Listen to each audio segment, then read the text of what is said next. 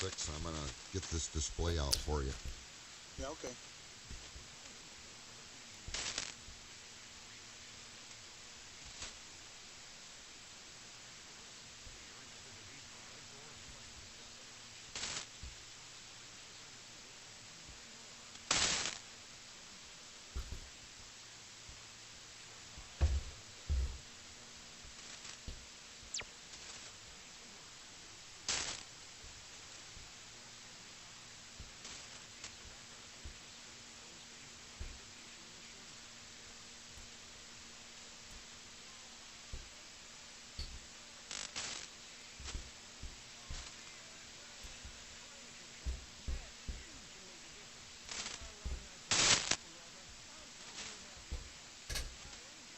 There ain't much left to it. I just took the little power supply module out, and I'll put that in a drawer.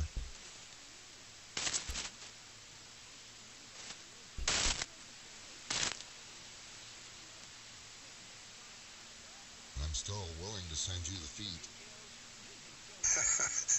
No, I'll tell you, save the pull sheets. I'll be fine.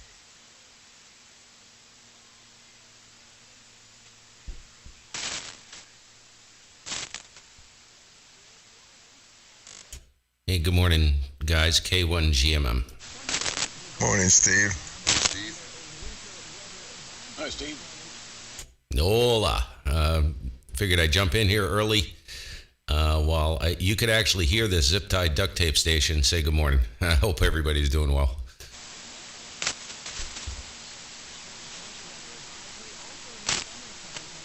Doing better than we deserve, Steve. I just looked that up, Greg. The Cato Lake is the only natural lake in Texas. It's on the Louisiana. Actually, half of the lake is in Louisiana. Yeah, that's what I kind of thought I remembered. I had no idea they only had one natural lake. That's crazy. Yeah, that's why all those reservoirs are so important down there, because that's how cities like Dallas and Houston can survive off their water supply off the reservoirs.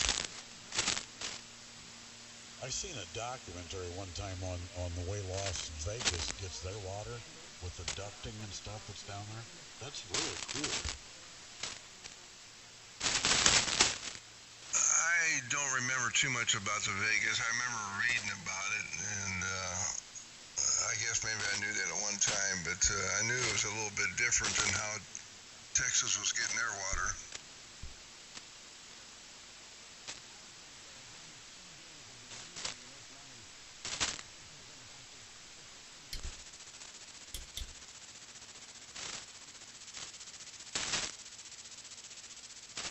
You think about it, you think about how fortunate we are here in the Midwest with our water supply. We don't sometimes think about that. Yeah, right.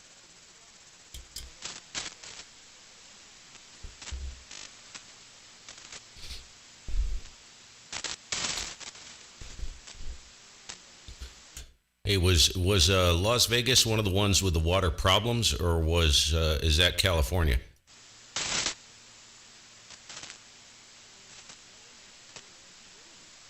Well, I think they both have had issues, but California's pretty regular. You're talking like with a drought? No, geez, what was it? I saw this a couple years ago, maybe. They had something in place. I don't know what state. I thought it was California, where they were trying to protect, I don't know, some kind of microorganism or something like that. So they had the water. I don't know. They got the whole situation. The environmentalists threw a wrench into everything. Was that? It sounds like California. That's something California would do. I don't know about Las Vegas. Yeah, I think that had to do. If it's the same thing I'm thinking of, Steve, there was some kind of a damn crawdad or something that was going extinct. So they diverted the water from the farmers to let it. Yeah, static crashing just got really bad, guys. Yeah, that sounds right. That's what I'm thinking of. Yeah, I think and the water originates from melted snow up in the Sierra Nevadas, if I remember right. It creates some stream downhill that goes through like Stockton and Hey, Steve. Good morning, Bill. Into the bay there in San Francisco and stuff. Based on all the snow this year, they should have a pretty good spring and summer, I would think. Yeah.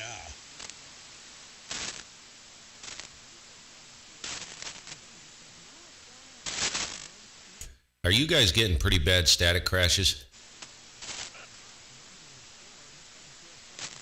Not this morning. A little bit in the background, Steve, but not like the last couple days. Yeah, just in the past 15 minutes, man. It's horrid. I look forward to winter because it's usually quiet.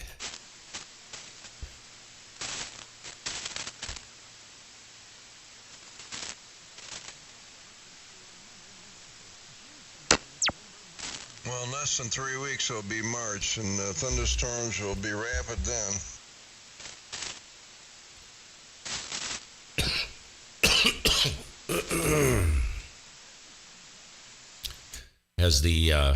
Has the snow stopped for you guys, or is it still? I know you guys were getting a steady shot of snow. I thought, right? Here it's I don't know. Picked up about 5 or 6 inches yesterday, and it just this is a very traditional winter, I guess, for Vermont. It snows almost every day, every other day, something like that, but not a big dump. But over time, a little bit of a nuisance. Cold though. I was just looking at the machine. I gotta get the snow off the 4-wheeler and plow everything out today. So I don't particularly enjoy doing it when it's really cold, but it's fun. It gets me outside, but yeah, whatever. Bill's the one that's up in the snow country. I'm not. You got your share this year too, though, haven't you? I don't know. I don't think there was any more this year than past years, Bill. There was never a time where I felt like anything needed to be shoveled here. Yeah, I could get used to that. I mean, my driveway is still exposed. I don't even know that it ever covered a driveway more than once and lasts for a day or two. Hey, Steve, not sure what you're talking about there in the chat. I'm on the Anon this morning. Say that. So what you're seeing right here We started out is probably real mild winter. We didn't that's hardly have any what's snow, feeding the Anon, man, I'm telling you, the sound card. Last 4 or 5 weeks we've made up for it.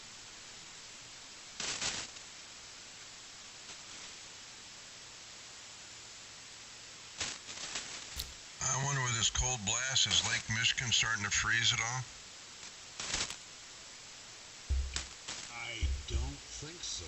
You would think it is in spots, and I'm sure it is in some spots, but nothing like it did those few years, that it almost froze over. Hey, is Rich on frequency? Did his river ever freeze? Yep, it finally froze. So that means you're going to be putting up with hunks of ice floating downstream here before too long? Yeah, the official National Weather Service flood forecast comes out tomorrow. It'll be interesting to see what that says. But yeah, this is late in the season, so we got a pretty good setup for the amount of moisture that's frozen on the ground. Hopefully we won't get how you can get those real rapid spring warm-ups and thunderstorms and heavy rains, and hopefully we won't get any of that. It'll just be a slow melt over the month of February. February's going to be cold the whole month, it looks like, in March. Now, when you get a hunk of ice floating down that river, does it ever do any damage? Oh yeah, it does. It can do a lot of damage.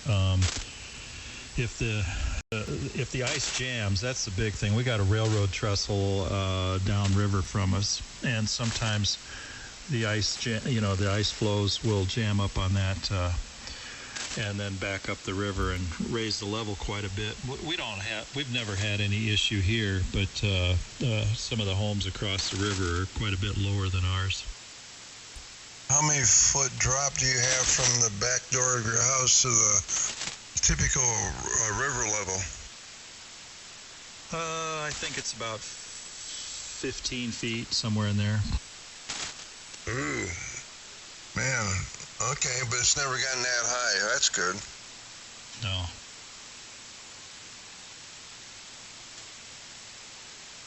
I used to worry about it a lot, but not so much anymore because we rarely get the ice.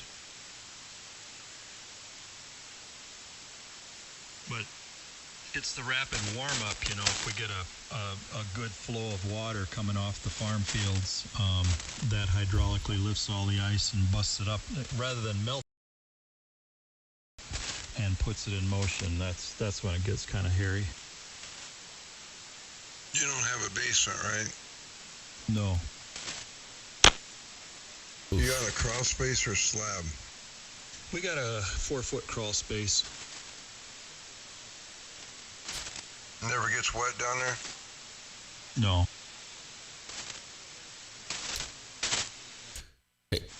Hey, what's the norm out there where you guys live? I know in the South they don't have basements, right? From what I understand, but do most people have basements, or is it pretty much a crapshoot? Some people have a crawl space or slab, and some people have basements. Of course, in the Northeast here, pretty much everything's got a basement, except if you got like a single wide or double wide, usually that's on a slab, or a single wide oftentimes is just on blocks, I guess you could say. Go ahead. I don't know who that goes to. Depends what part of the state you're in, Bill. How about northern Indiana? What would you say up there? I'd say 80% basements. Yeah, that's about true. And down here in the central part of the state, it's about 20% basements. I wonder why that is. The clay down here, it's more of a problem with the basements cracking than it is up north. That makes sense.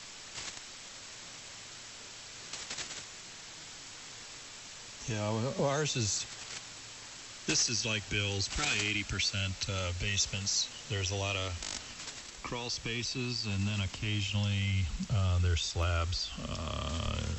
And I think the slabs are, like, we got one neighbor that built on a slab, but that was because they wanted to put in hot water floor heat, in-floor heat. Well, I bet that'd be nice. The concrete cracked and took out the piping for the heat. Yep, so it ain't gonna last so long, right?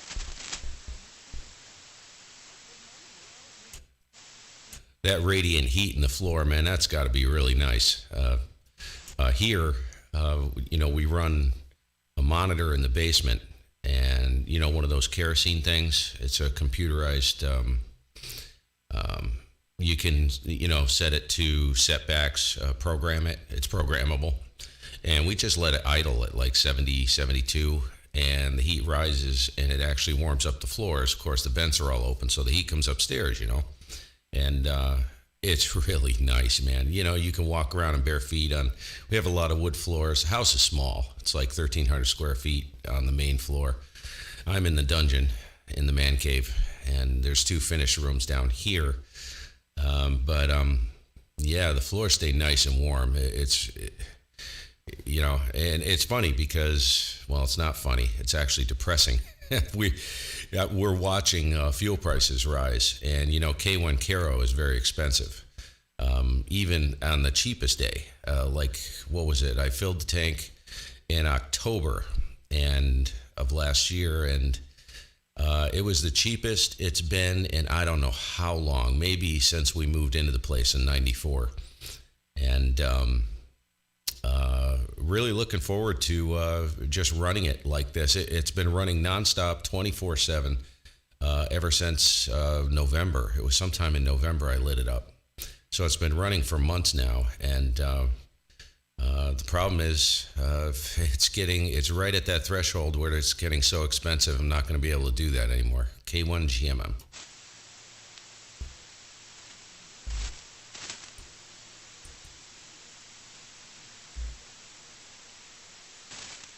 WB9DNZ.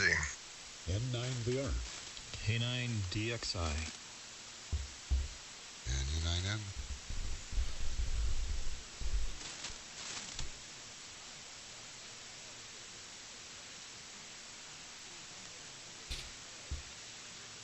I'm going to see if I can find another cup of coffee, and I'll be back.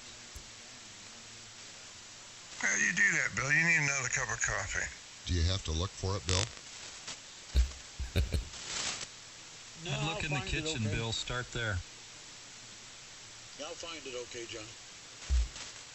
All right. I just follow my nose. Yep.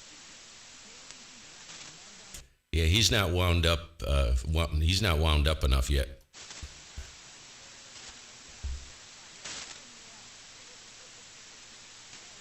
Hey, I'll be down on 615 there, Gary, pretty quick. Just figured I'd check in with these guys while the band was open and cooperating. Who the heck is that? They're running wide, too. Holy mother.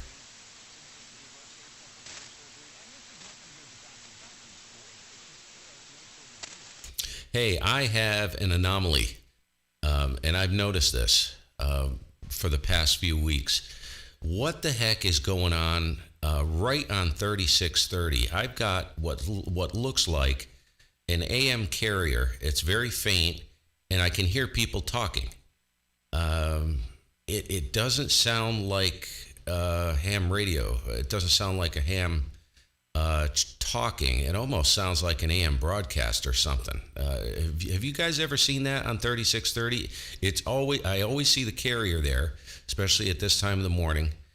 But I can actually hear people talking. It's you're right. It's an AM broadcast, third harmonic.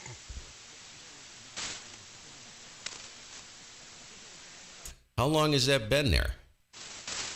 Years. Oh, wow. No kidding. Yeah, I've been wondering. It's actually pretty strong today. If I opened everything up, I could actually hear everything they're saying. I thought when I first saw it, I thought, who the heck is trying to burn their amp up? They're just, throwing a steady carrier out there. It just stays there and never goes away. But, cool, man. Thank you. Explains it. Well, we can explain more on that. Go ahead, Rich. You guys were doubling. Yeah, no, I just said that we see it here, but it's not infrequent. It's been very common this past winter, but it's pretty much probably predicated on band conditions. Do you know where the station is, Greg? My memory serves me. I thought it was Baltimore. The report that we got, Steve, was the station is creating it isn't the problem. What happened was another station someone put a tower up nearby with some guide wires, and one of those guide wires is re-radiating its third harmonic. The FCC supposedly is aware of it. It's not up to the station to correct it because their output is within the norms. It was supposedly the other tower owner had to fix it. And that was a couple of years ago, and I don't know that it ever got forced. Obviously, it ever got fixed. So it's one of those rare events where the station that's generating it is not the one at fault. Wow. Yep.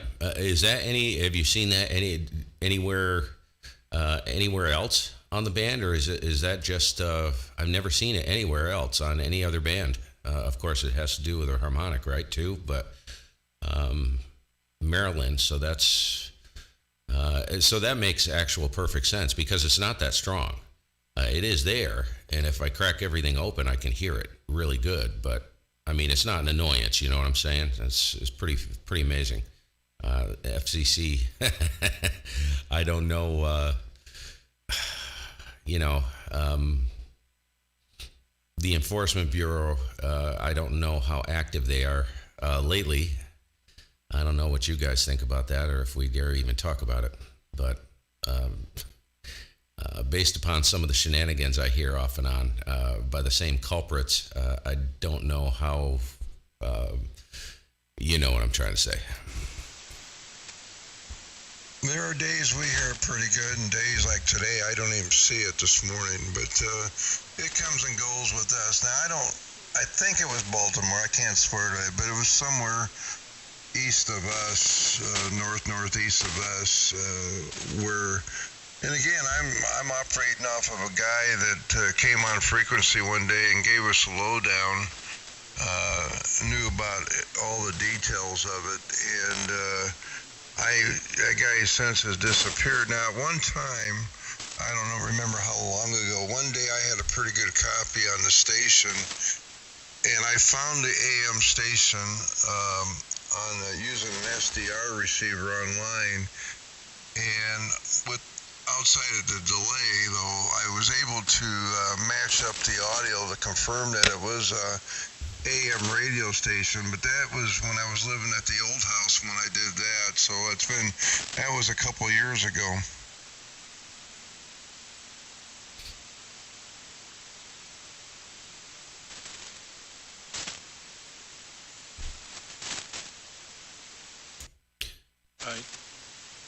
I Googled a search on that, and I actually found an article or a exchange, a thread dating back all the way to 2006. So that station's had issues for quite a while, and this one says 1210 in Philadelphia. You know what? Philadelphia sounds right. What did I say? Baltimore? I bet you it was Philadelphia. Yeah. I knew somewhere part of the country out there. Can't they just put like a detuning kit on that piece of wire or something? Maybe it's more complicated than that. I don't know anything about it, but I got a friend that works in doing point-to-point microwave linking down in Bethlehem, and he's hired by big companies. His call sign's KC2IRV, and he travels all over the country doing that stuff. And he did explain some because he works in the communications industry and has for forever. And he, we talked a little bit about the detuning kits, and he explained a little bit about the AM stuff. He didn't go into it deep, but I would imagine that's an easy. They put up these stations. If someone puts up something within a certain range around those antennas, it'll detune those antennas as well. So maybe the tuning of it isn't the detuning isn't happening, but it's re-radiating, like you said. It just seems odd to me that usually they have a fix for that pretty quick. Well, there are fixes for it, absolutely. But none of those fixes are cheap. When you're talking about, if you got a bunch of guide wires on your tower, you got to determine which one it is, and then hire someone to put a detuning circuit on it to detune it. I imagine it's going to get quite expensive, and then if you're the tower owner, you're probably going to debate that their reports seem accurate, so it gets tied up for a long time before that happens. And I just imagine it's a long, drawn-out process that gets fought along every step of the way. Yeah, that makes total sense when you explain it like that. You put yourself in their shoes.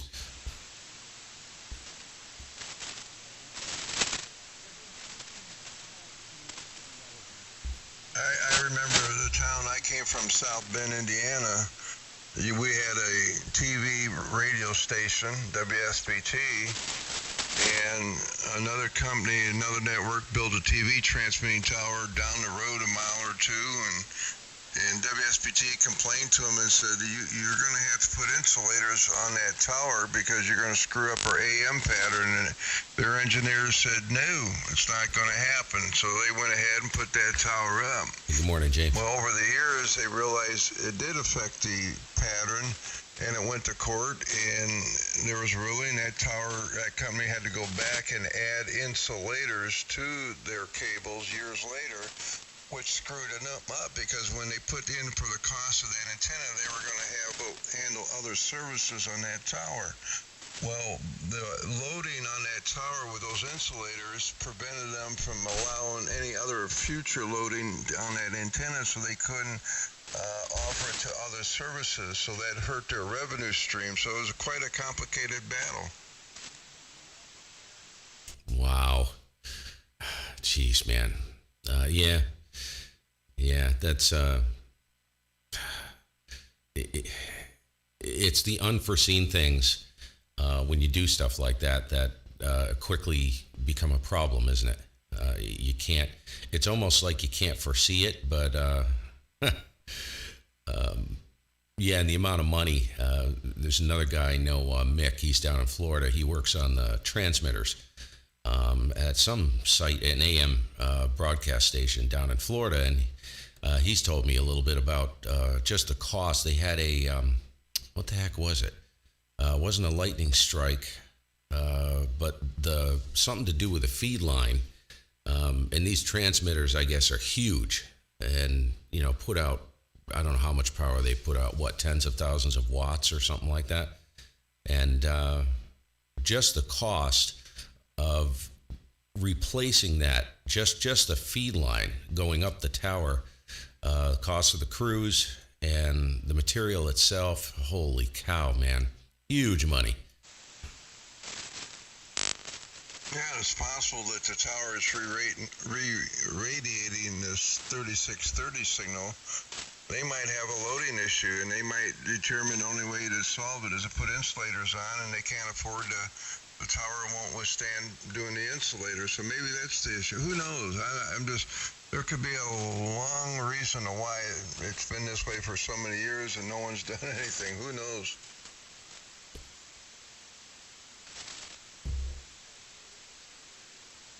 Rick, in that article, did it say who the culprit was or anything about the details?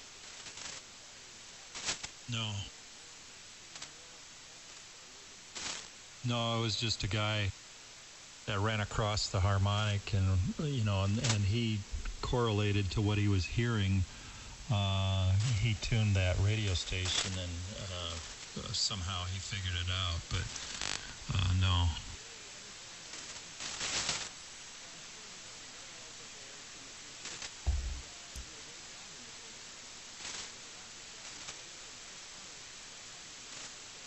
I mean, harmonics like that exists all over the place. Anybody's got a radio station in town that's close to them, like I got a couple here, I can go to their third harmonic. If they fall in the ham band or wherever they're at, I can hear them.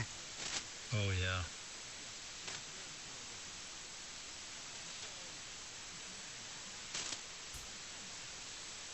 You know, if you got a neighboring ham operator like I got Rick, I can hear his third harmonic.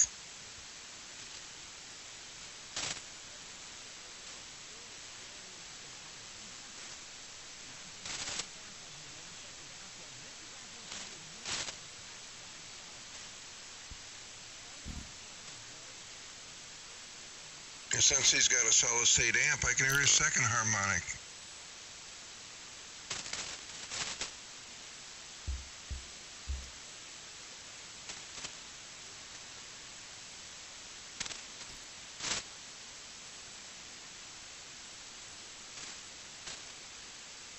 And then you think of all the CW stations we've heard on here where we're hearing the second harmonics of those CW operators.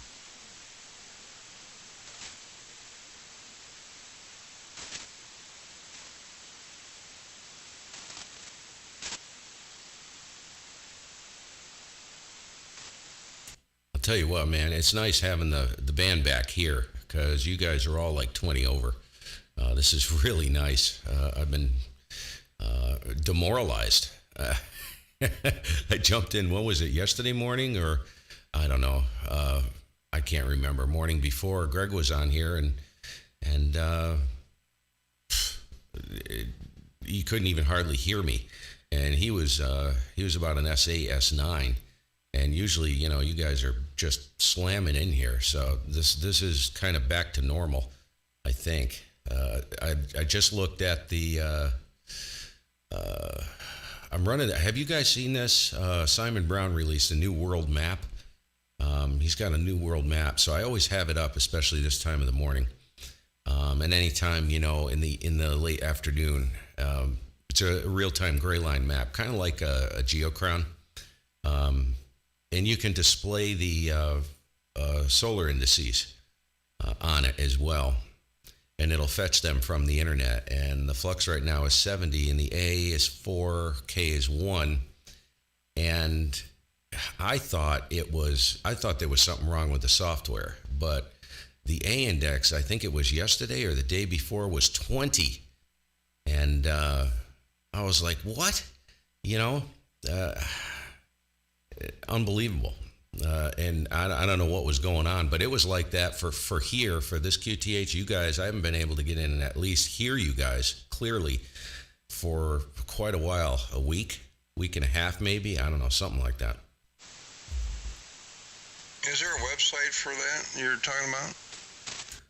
Yeah, I think if you go to sdrradio.com, and I think it's right there. You'll see it. Maybe go to the download section, maybe in there as well. Oh, okay, thanks. So what is that, a download that you run on a program you run on a computer and then feed via HDMI to a monitor or something? Yeah, exactly. It'll run like if you're running your rig on a regular computer. You just download it, install it, and it just runs. And like all his stuff, it's very, very passive. This is version 1.0.17, and it's called Simon's World Map. And it's got a ton of parameters and stuff in there. Just all kinds of stuff you can do with it.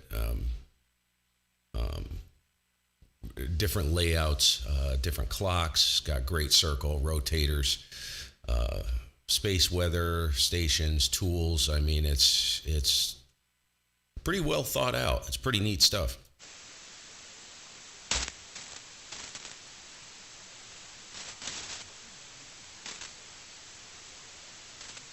Yeah, by coincidence, I was just looking at the one on DX Engineering. They've got the mechanical world map, and then they have a software-defined one that it looked pretty interesting. I can't get SDR.com to come up. Just search Simon's World Map. Simon's World Map? Yep.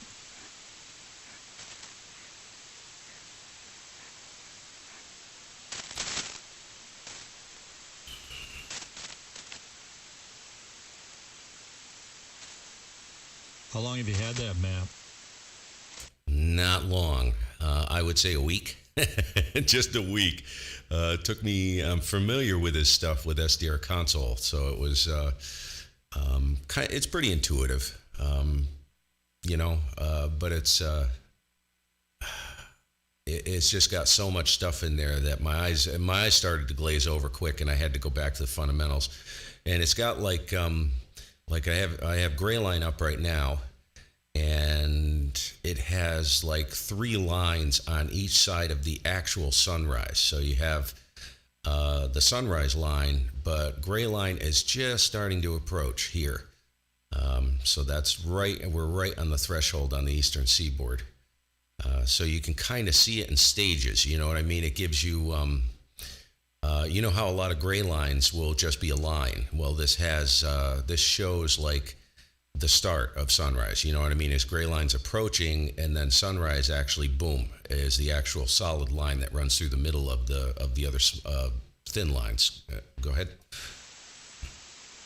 Yep, I get what you mean. I'm looking at it right now. It's interesting. So how big of a monitor did you put it on? Oh gosh, dude, I'm blind. I run twin 32s here. The Power SDR runs on the right-hand panel. The world map runs on the left-hand panel, and then I have a, what is this, a 20, I don't know, for the stream and the chat and all the other stuff with the streaming, I run that over on a, I don't know what it is, a 24? I think it's a 24, which sits over on my left side, but the problem is that freaking, 32s aren't that big, but when you're only sitting about 2.5 feet from them, about 30 inches from them, I mean, it's almost like you got whiplash having to look at the stupid things. Yeah. It's great to have big enough screens to be able to see everything, but they get just to a certain point, and your poor little eyeballs, I mean, if they want to absorb some information, you got to use those muscles in your eyeballs and move them around move your eyes quite a ways to see everything. Oh, yeah, and turn your head. I mean, I have to physically turn my head probably about 30 degrees just to look between the two, switch back and forth between monitors. It sounds ridiculous, but I had someone ask me a while back. I know this is kind of punk style, you get into the major cities and the way people wear their hats determine what gang you're part of. You know what I mean? And of course, the color of the hats. And this was long time ago. I tried to get into a bar years ago to see a band that was playing, and I had my hat on backwards. They said, "You can't wear that hat like that in here." And I was like, "Oh, sorry," And then I had someone comment on the stream. They said, "How old are you? Why are you wearing your hat backwards?" Insinuating that I was some kind of punk or something, or gangbanger. And I was like, I have to wear the hat backwards because the visor on the hat prevents me from seeing the stupid monitors. I have to tip my head all the way back as if I had a headrest behind me. That's funny.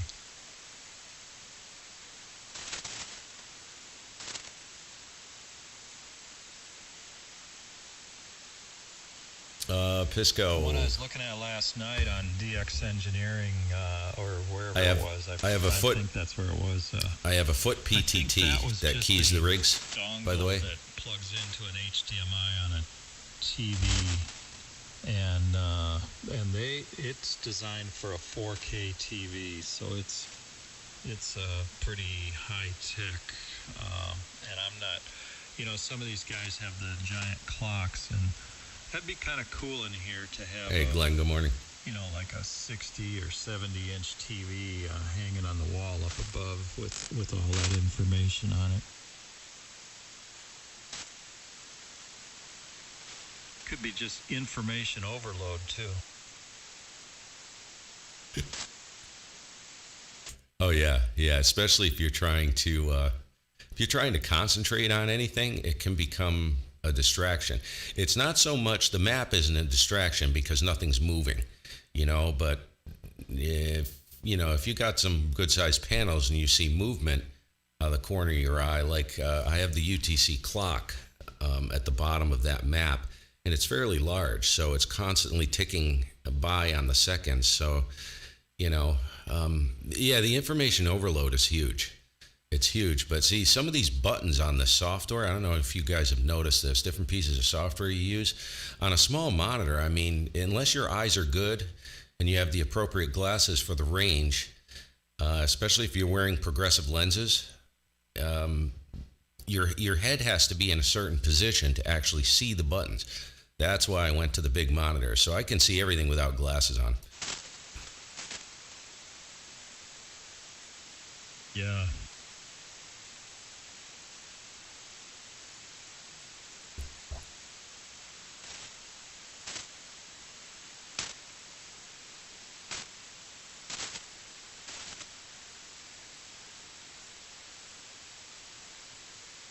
Hey, I'm going to let you guys get back at it. Thanks for letting me in, man. And I'm going to run upstairs, get a coffee, and then I'm going to slide down a little bit. I want to jump in and say hello to a couple guys on 1.5. But good to hear you.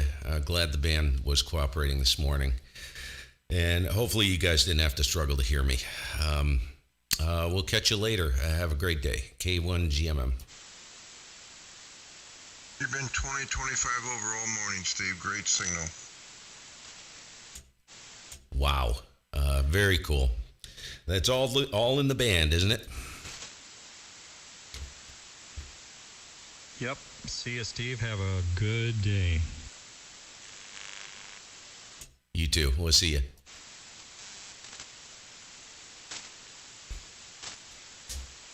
Bill, are you back? Yeah. All right, I'm going to. Coming back.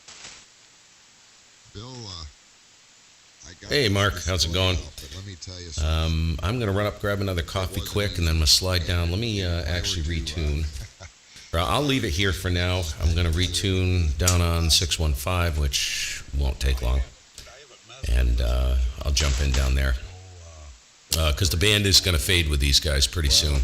In order What do we got? We are approaching Gray Line, and once the band starts to tighten up, probably in another 15 minutes, 20 minutes, the front, they're gonna start to fade. What time is it?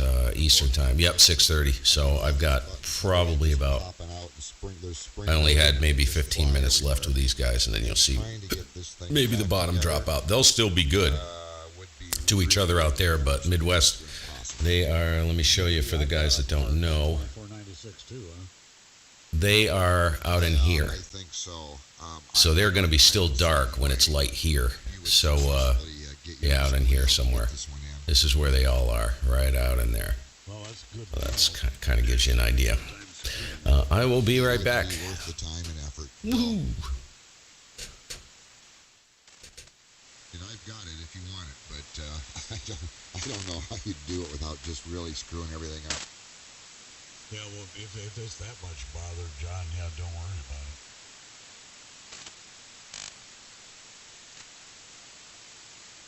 I'd have to have my neighbor fix it. I don't even know if Rick could do this one. It's too bad everything didn't slide out a little bit neater, you know, but gosh, the whole panel is glued in there for one thing, Bill. And there's probably at least 30 screws you got to take out. And then carefully remove everything, and then once you do, like I said, parts start popping out everywhere. Stuff's in the carpet. Oh, it's ridiculous. I don't think this was ever designed to be serviceable, to be honest with you. See, I was kind of hoping that was like one module that just popped out. Well, it does. It does once you tear the rest of it apart.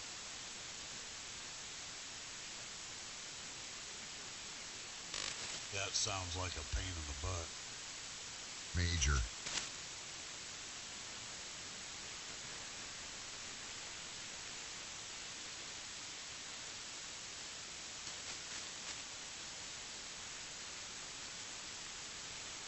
I was hanging on to it just for the power supply anyhow, John. I think.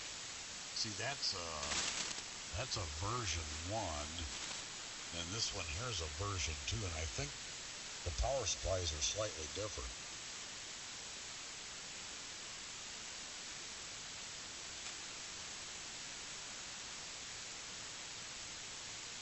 Yeah, they are.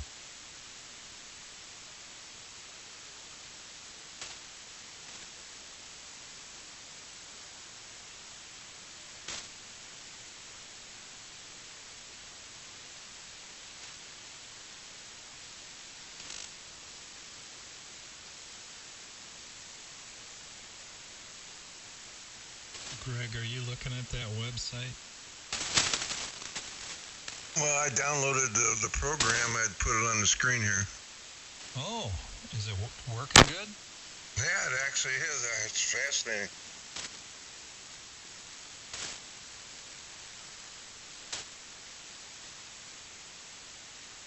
I've been looking for something like this for a while, but I didn't want to spend a lot of money on those others. So I thought, well, maybe someday. But this one is pretty nice, actually.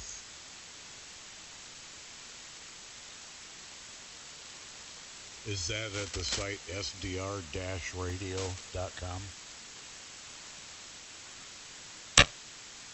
I didn't find it that way. Whatever Rich told me to type in Simon something, I found it that way.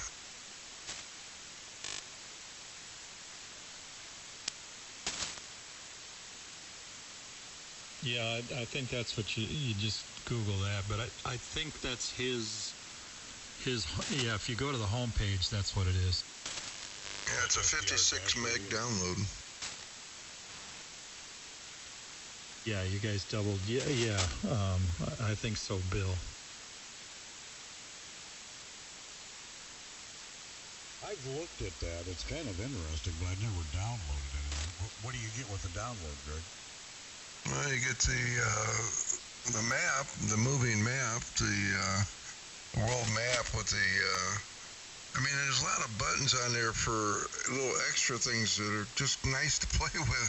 I don't know how to describe it, but I can tell you right now, unless it screws up my computer, it's a keeper. I would say.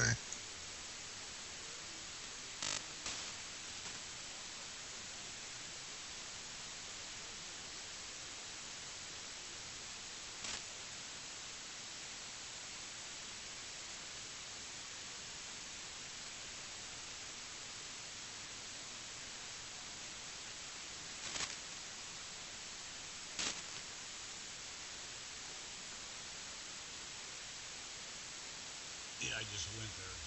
The home page has a red download button on it. The download was kind of, it was funky. I had to look at it for a while to see what to download, but over there where it said, if I remember correctly, it gave the version number of it. That's where I downloaded it from. Yeah. And that's why I asked you if you were looking at it, Greg. I was like dumbfounded as to, I thought I was going to have to buy it, and then it's just freeware, and then I finally saw where it said downloads. And Yeah, you always want to caution because there's about 5 other downloads on there that I didn't want, advertisements and stuff, but under the, where it gives the run number of it, the firmware version of it, that's where I downloaded it from.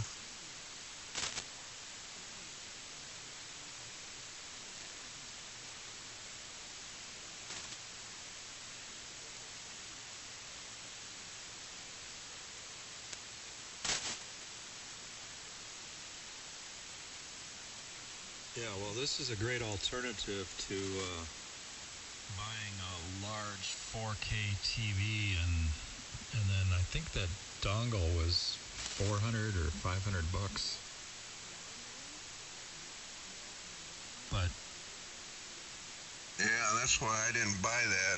But yet I kept thinking there's got to be something, close to that at a freebie, and this is exactly what I was looking for. I might be looking at something different.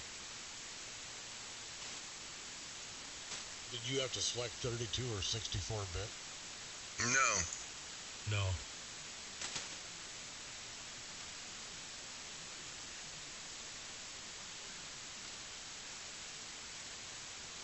What did you search to find it, Rich? I searched Simon's World Map.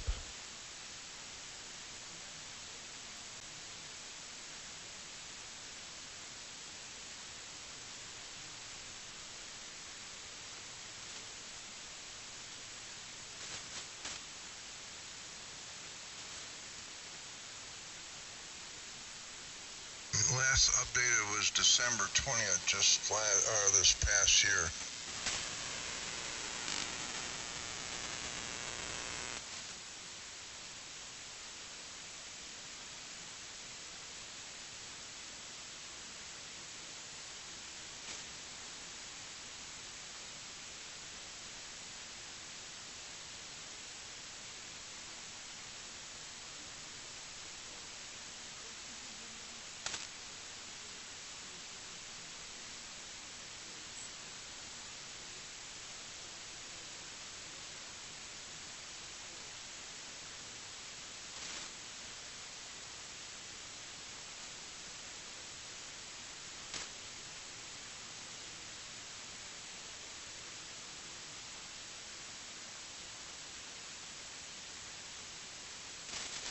You'll see a little button and below it. It says 1 dot, like 0 something dot 17 or something like that. And then I don't remember what it was exactly, but the firmware, that's where you want to click, Bill. Yeah, this is kind of interesting. Oh, yeah, I see that. Got a little down arrow. Yeah, it's a little confusing, but it's a 56 meg download, but that's it.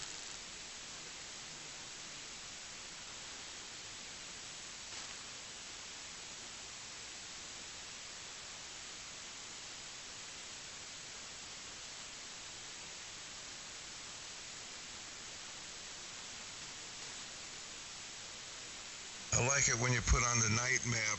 Rich, did you download it, Rich? Yeah, I just got it up. And when you hit the night button on top there, it shows our areas at nighttime, but with lights on. It's cool. Oh, that is cool. Yeah. Be kind of neat to add a third monitor and just push it over there. Well, that's what I was thinking. Downstairs, I got two monitors. One of the monitors is the 50-inch TV screen. I think, I'll push this out. I think I'll push this over to that monitor. Is there a way? I'm sure there's a way to go full screen. Yeah, but it's like Excel. It's always got all the stuff on top there for the buttons, but that's okay. Oh, it does. That's what I was talking about, to get rid of the toolbar. Yeah, I was looking for a button to get rid of the toolbar. I haven't found it yet.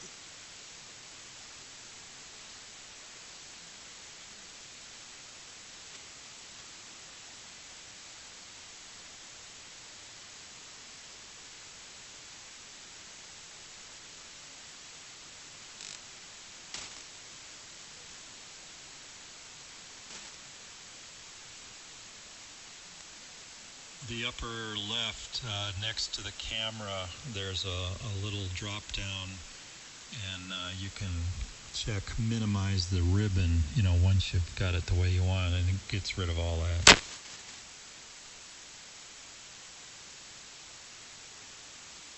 Oh, I see. I overlooked that. Yeah, that full screen. Got it. Perfect.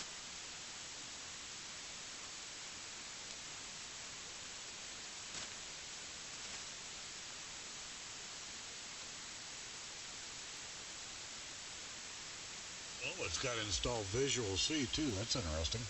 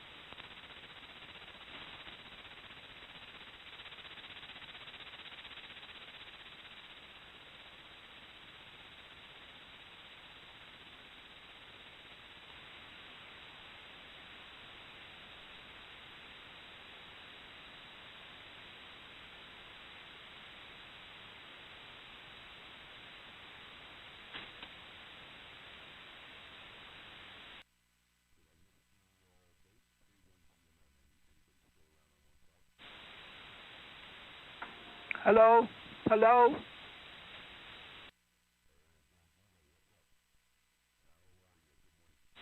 Hold on a second.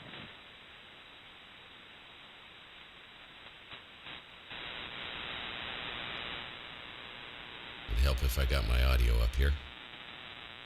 What the heck is that noise? Jeez.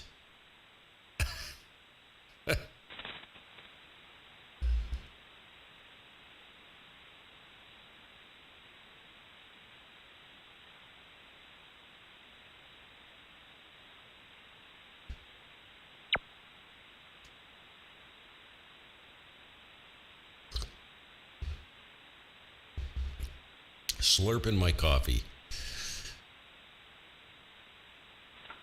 Okay, it's K3V. I just wanted to give the amp just 1 second more to warm up.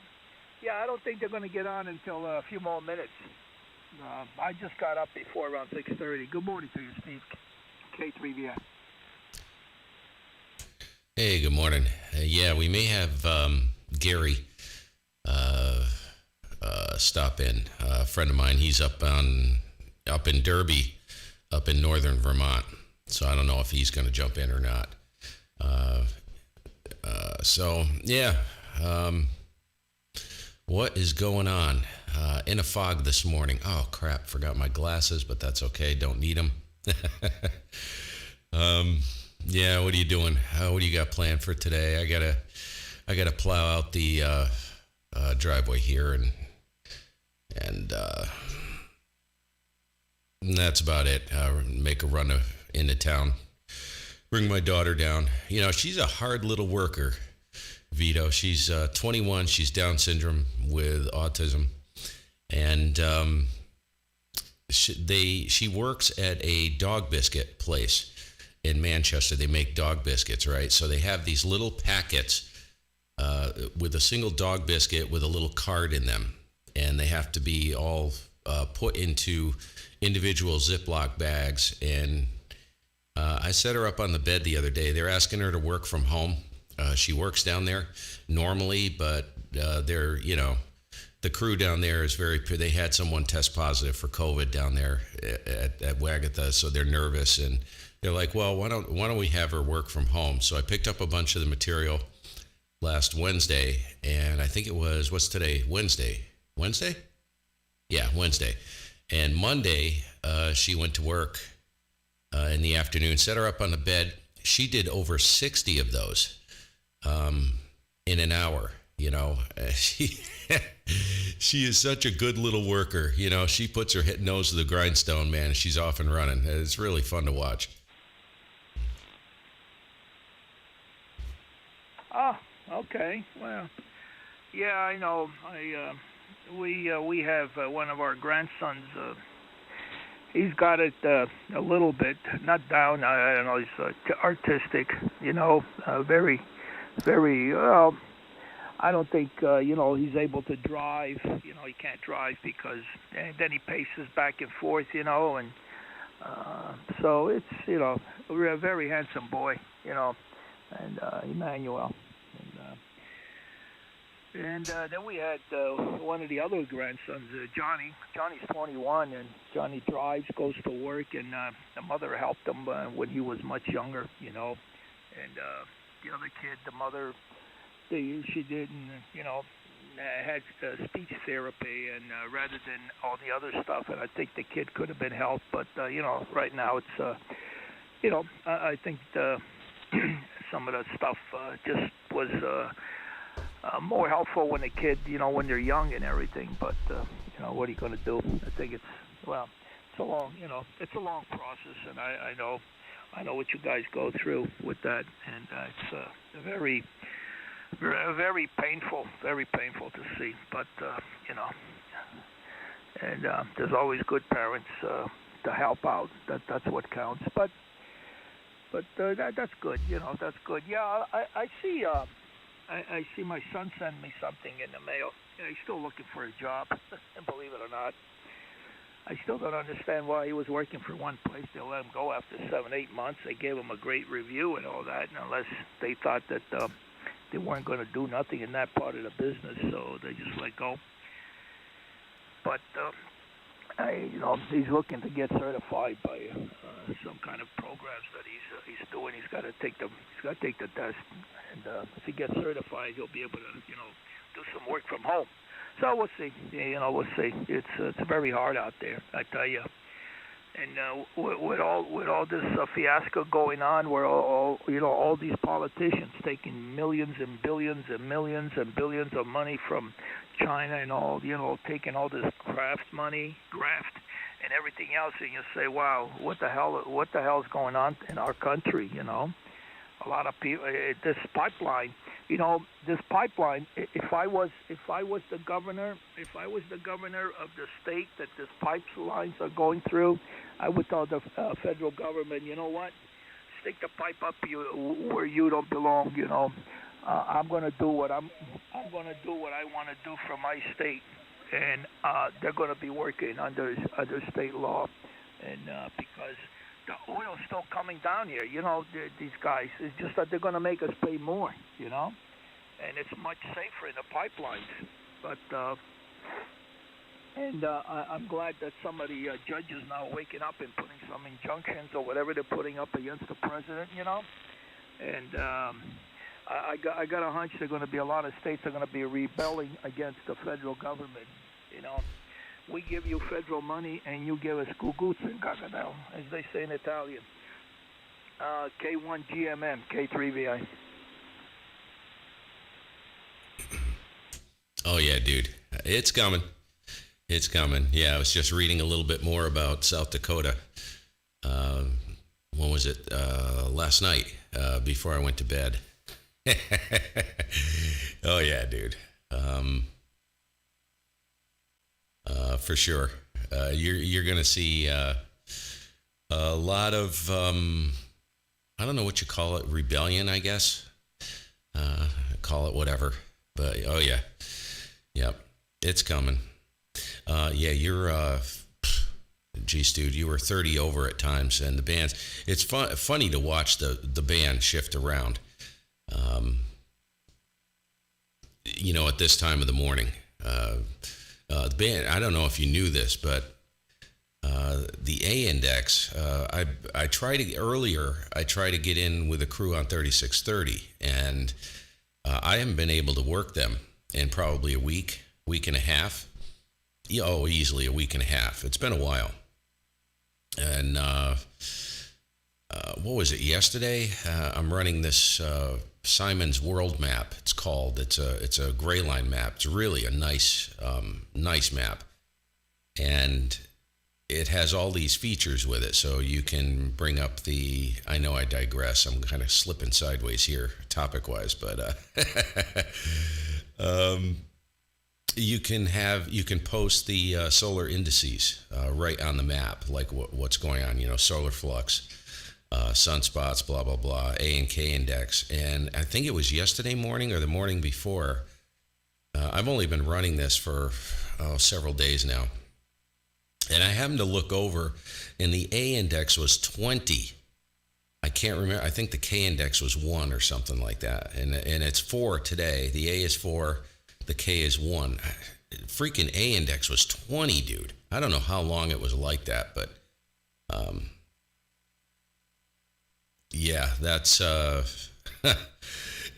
may have explained why, and like the Illinois area, that's not that far. I mean, I don't go west from here too good because I got that mountain, that Goliath behind me, which is just a few feet shy of 4,000 feet, and it's about 55, 60 degrees in elevation to get a shot over the top of that. I live right at the base of it at about 500 feet. And so I don't go west easily from here. But on this band, I should be able to get out there. Dude, it was just slam shut, closed out in that direction. So I don't know if that was causing it, but it's nice to see the band. And I happened to look down. I was up there with them, and I had to go put the dog out so he could do his duty. And just before that, I was watching, I think it was probably Jerry, and I was watching the signals here on 15, and it was just gangbusters, man. So yeah, the band is back. And you're like 30 over, so very cool. Put it back to you. Were any of the other guys, not that I don't enjoy talking to you, but were the guys coming back, or were they just bugging out for the day? Oh, I don't know. I don't know. I've been getting on here at 7 o'clock or later because I really want to stay in bed this morning. It was 6:15. I said, let me get up because by the time I turn around and, it's... it's a free map, DK50NB. You turn around, you poop and you wake up. It's like you're born, I'll put it in the chat where to find it. Later, and you say, my God, where have all the years gone? What have I done? We talk about a lot of things. I talk about, let me put this on. Okay, now I don't have to hold it down. We talk about a lot of stuff, Steve. And, I got a sister-in-law who thinks that she's a holy roller, like she's always preaching this and that. And I says, do you know your religion? I says, when somebody dies, you're dead. You guys, then there's a couple of other people too, Italian people that, my husband, every time, I drive, it's like he's next to me or he's telling me, don't do this or don't do that. And I'm saying, okay. So I told my sister-in-law, I says, once a person dies, we're dead. It's like, if you know your religion, I says, you should know that. You guys, I don't go to cemeteries. I got my parents, I got my wife there. I don't go to cemeteries. I think of them, but I just don't go to cemeteries and pray to a stone or I think of them all the time. But these people, they're and they all believe in these saints. All these saints and saints and saints. I says, you people believe in the wrong one. I said, don't you believe in God? I says, these saints were made by people. They weren't made by God.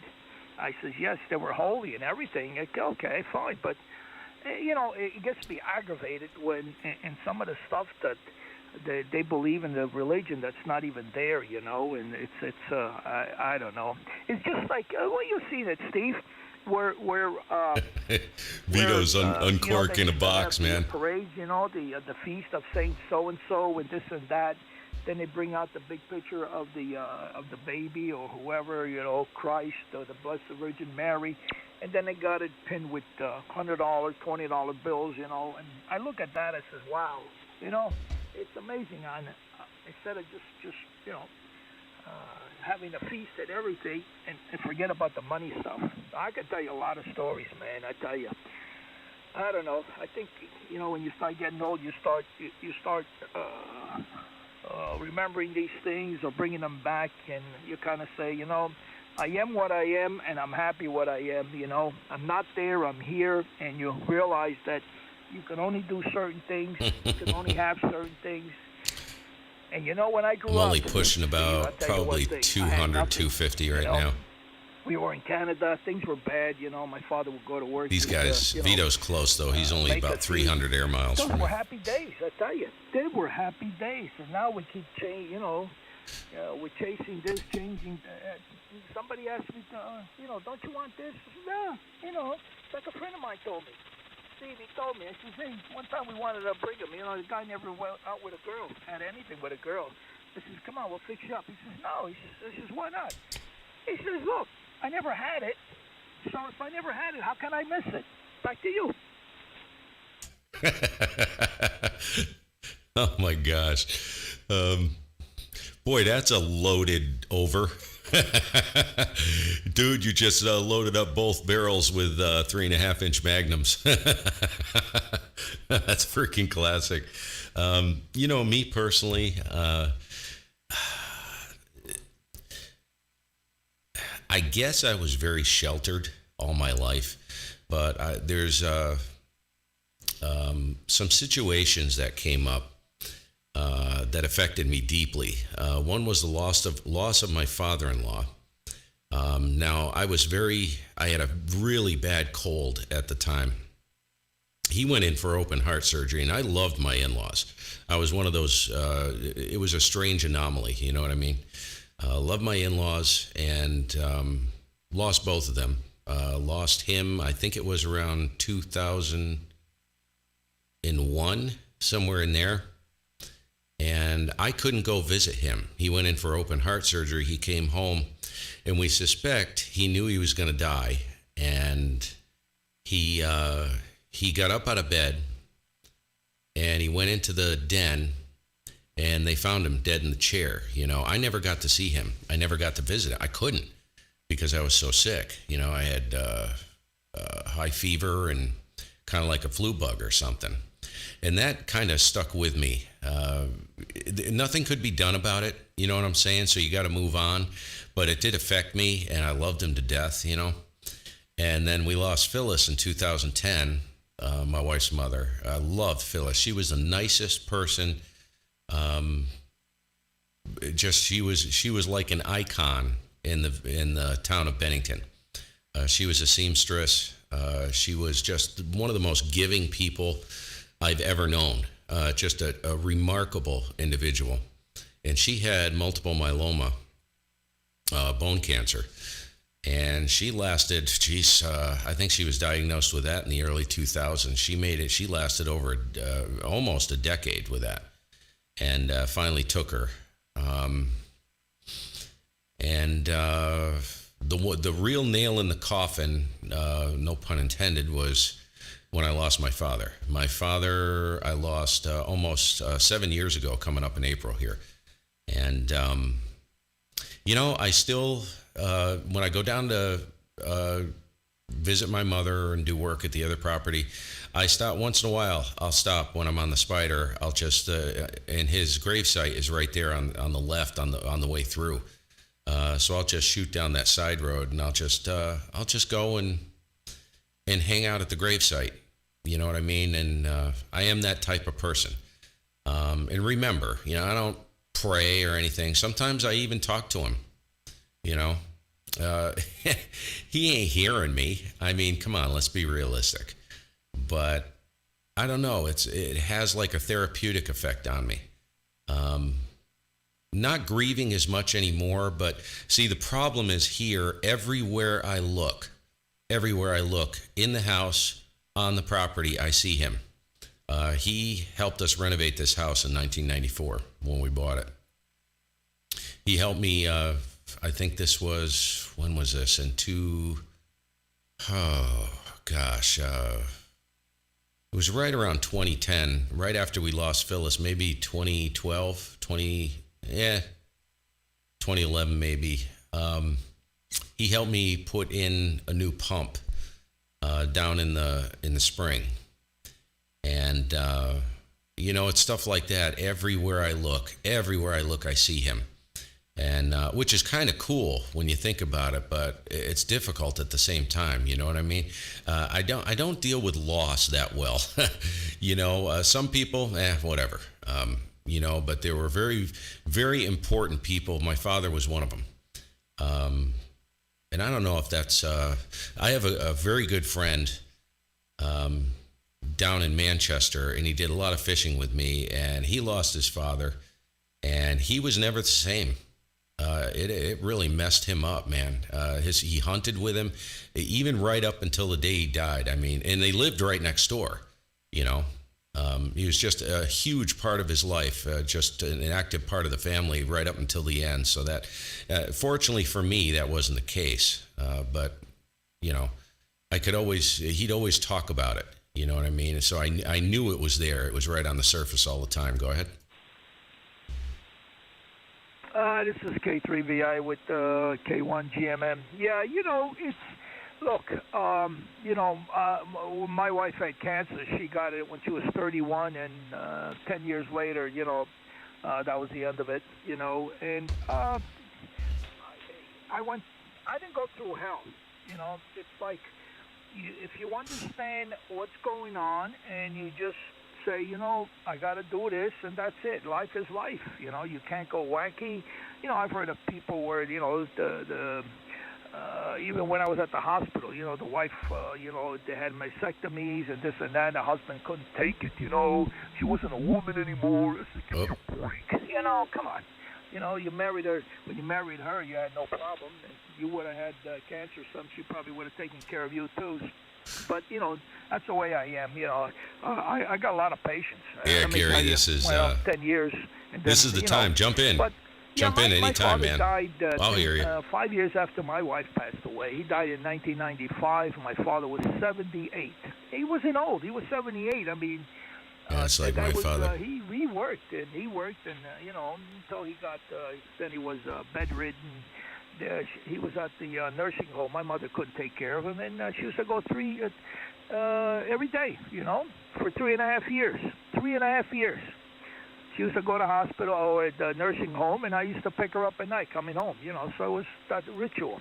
But, you have to realize, we still, what gets me aggravated, okay, you'll probably think I'm cuckoo, is that, on Facebook, we have a friend, my wife's friend. Her husband died, Joe. I mean, I really like Joe. Was a very nice person, very, very nice, and I know she misses him. But she puts pictures of this guy on Facebook. Oh, I miss my husband. It's 8 years he's dead. Me and Joe were together. Come on, stop doing it. People think you're missing a couple of screws. I never put anything on Facebook. Okay, before, after, now, whatever. Never. They're gone. They passed away. Leave them alone. Okay, they're gone. Remember them in your head. Oh, the other day, you want to listen to this one? The other day, she tells my wife she had a dream. Vito, that Joe called her up. He's an animal. Joe called her up if she could come and see him for just one day, but she don't want to stay there. She wants to come back to Earth.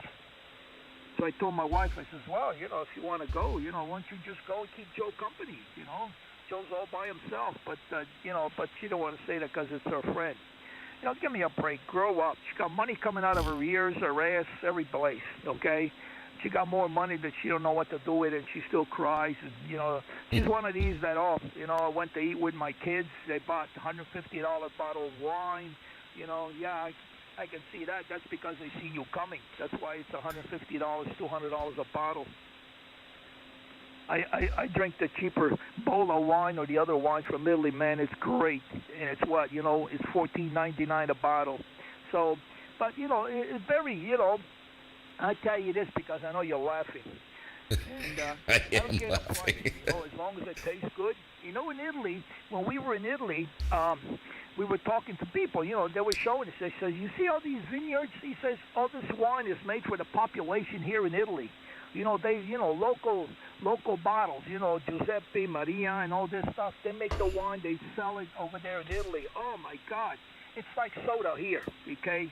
And I tell you what, Yep. that's why Yep. they drink it, they make it good, and they drink it, and it's good. So it's only about maybe $3 a bottle, not $150 or $200. All these people that put a money value on what they have, I could care less. I really don't care. I always tell them, I says, you know what?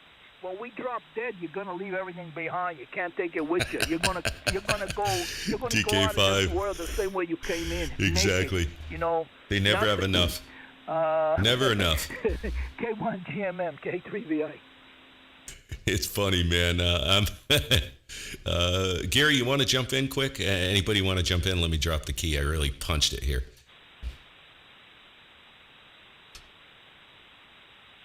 All right.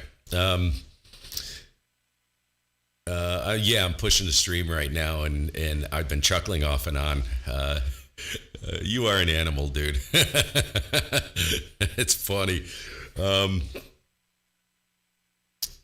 What was I? You mentioned the wine from Italy. I'll tell you, they do it right. I don't know if you've ever had this before. We found it, believe it or not, at the Olive Garden. And we did a little research, and this was years ago, man. This is probably, probably 2012, maybe, something like that. It's an Italian wine, and it's made by Rosso Dolce, and it's called Roscato from Rosso Dolce. That's who makes it, and we used to buy it by the case, dude. Oh my gosh, is that good? It's a red wine. Holy crap, dude. I could kill a bottle of that every night. I mean, it's just one of those things that is, it's not sparkling or anything like that, but you've had stuff like that, I'm sure, before, but man, that is some very dangerous stuff. It's a Rosso Dolce. I don't know if you ever heard of it, Vito. Go ahead. Steve, probably when I go, the liquor stores are state-run here. I don't know why, but they have all different wines, Italy, Spain, Argentina, Libya, Afghanistan, and all that stuff. Hey, Slow-Mo 53, good morning. They only make cocaine and heroin. Is that India Bravo? I don't have my glasses on. But, you could good take to see you, that, man. but, Good morning. I don't think you'll be too good. But the wine, yeah, I gotta look. I have to change, but some of these bottles, and I look at them. I says, I drink the bowl. The bowl is not too bad at, $17.99 a bottle. I'm gonna try some other ones. Buy one. The problem with me is I start drinking, and if I like it, the bottle's gone by the evening. Then my wife says, "What the hell you do?" She uses the white wine for frying. She fries some food in it. And then sometimes I look at it, I says, boy, that white wine looks good, So I buy the bigger bottle and refill it. But sometimes I just drink it all, and then it's no wine anymore. And then where's the wine? I says, I don't know. You must have used it. So, but yeah, I'm going to try a different one. I think I've seen the Moscato. I think I've seen it, They have some local wines here. My son bought it. Yeah, it's not bad, not bad. But when I go there, I forgot what the hell it is. Made in Pennsylvania. I look at it. DK5, man, you are growing up. I don't know. Too bad we don't live closer. We get in trouble. Here, I tell you. This is mostly a German area. Up here. We got Strasbourg, Strauss-Nudel, Amsterdam, and all these German names up here.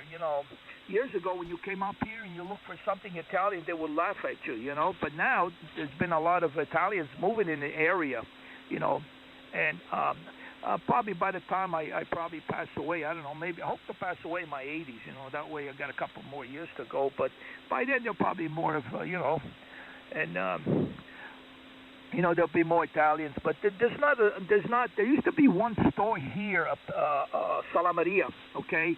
The damn guy moved out years ago because he had the stuff wasn't cheap.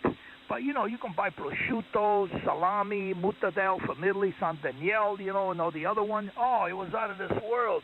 That son of a bitch moved out, because he said there wasn't enough business here. Well, he's probably right. He's such a mafioso.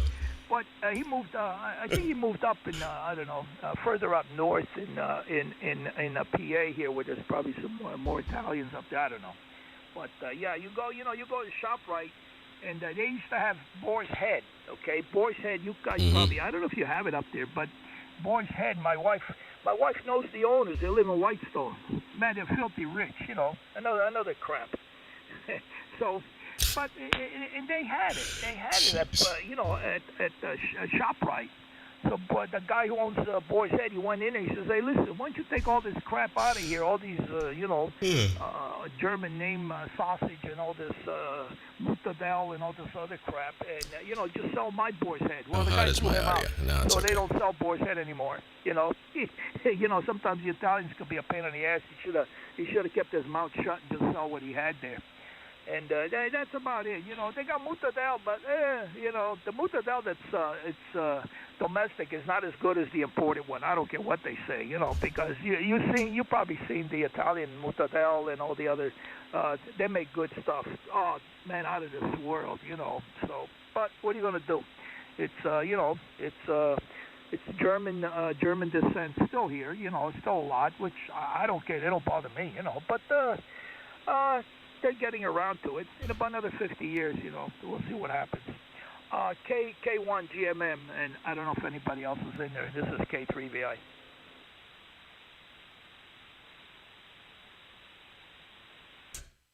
All righty. Where's Angelo? Jerry must have bugged out.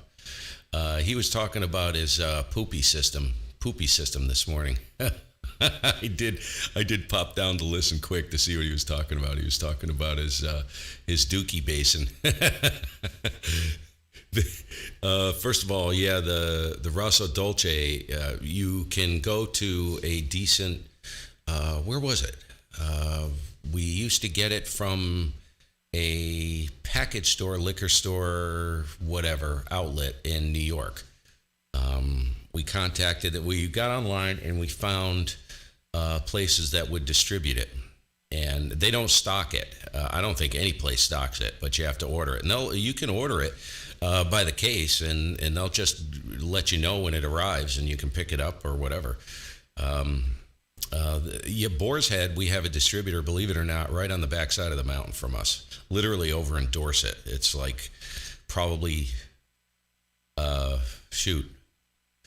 4 air miles from me. It's longer by car because you got to go over the mountain, but yeah, it's right on the backside. Big distributor. And they're popular up here, man. I see their trucks everywhere. Go ahead. See? Okay, yeah, he distributes, I guess, along these states, But, yeah, what are you going to do? Killing me. Yeah, I like this stuff. Sometimes we used to go twice a year. And we used to have our luncheons, the retired PS employees, and there used to be an Italian deli next door. I used to buy some stuff, bring it home. At one time, if I had the cash, I would have loved to open a deli over here, 30 years ago.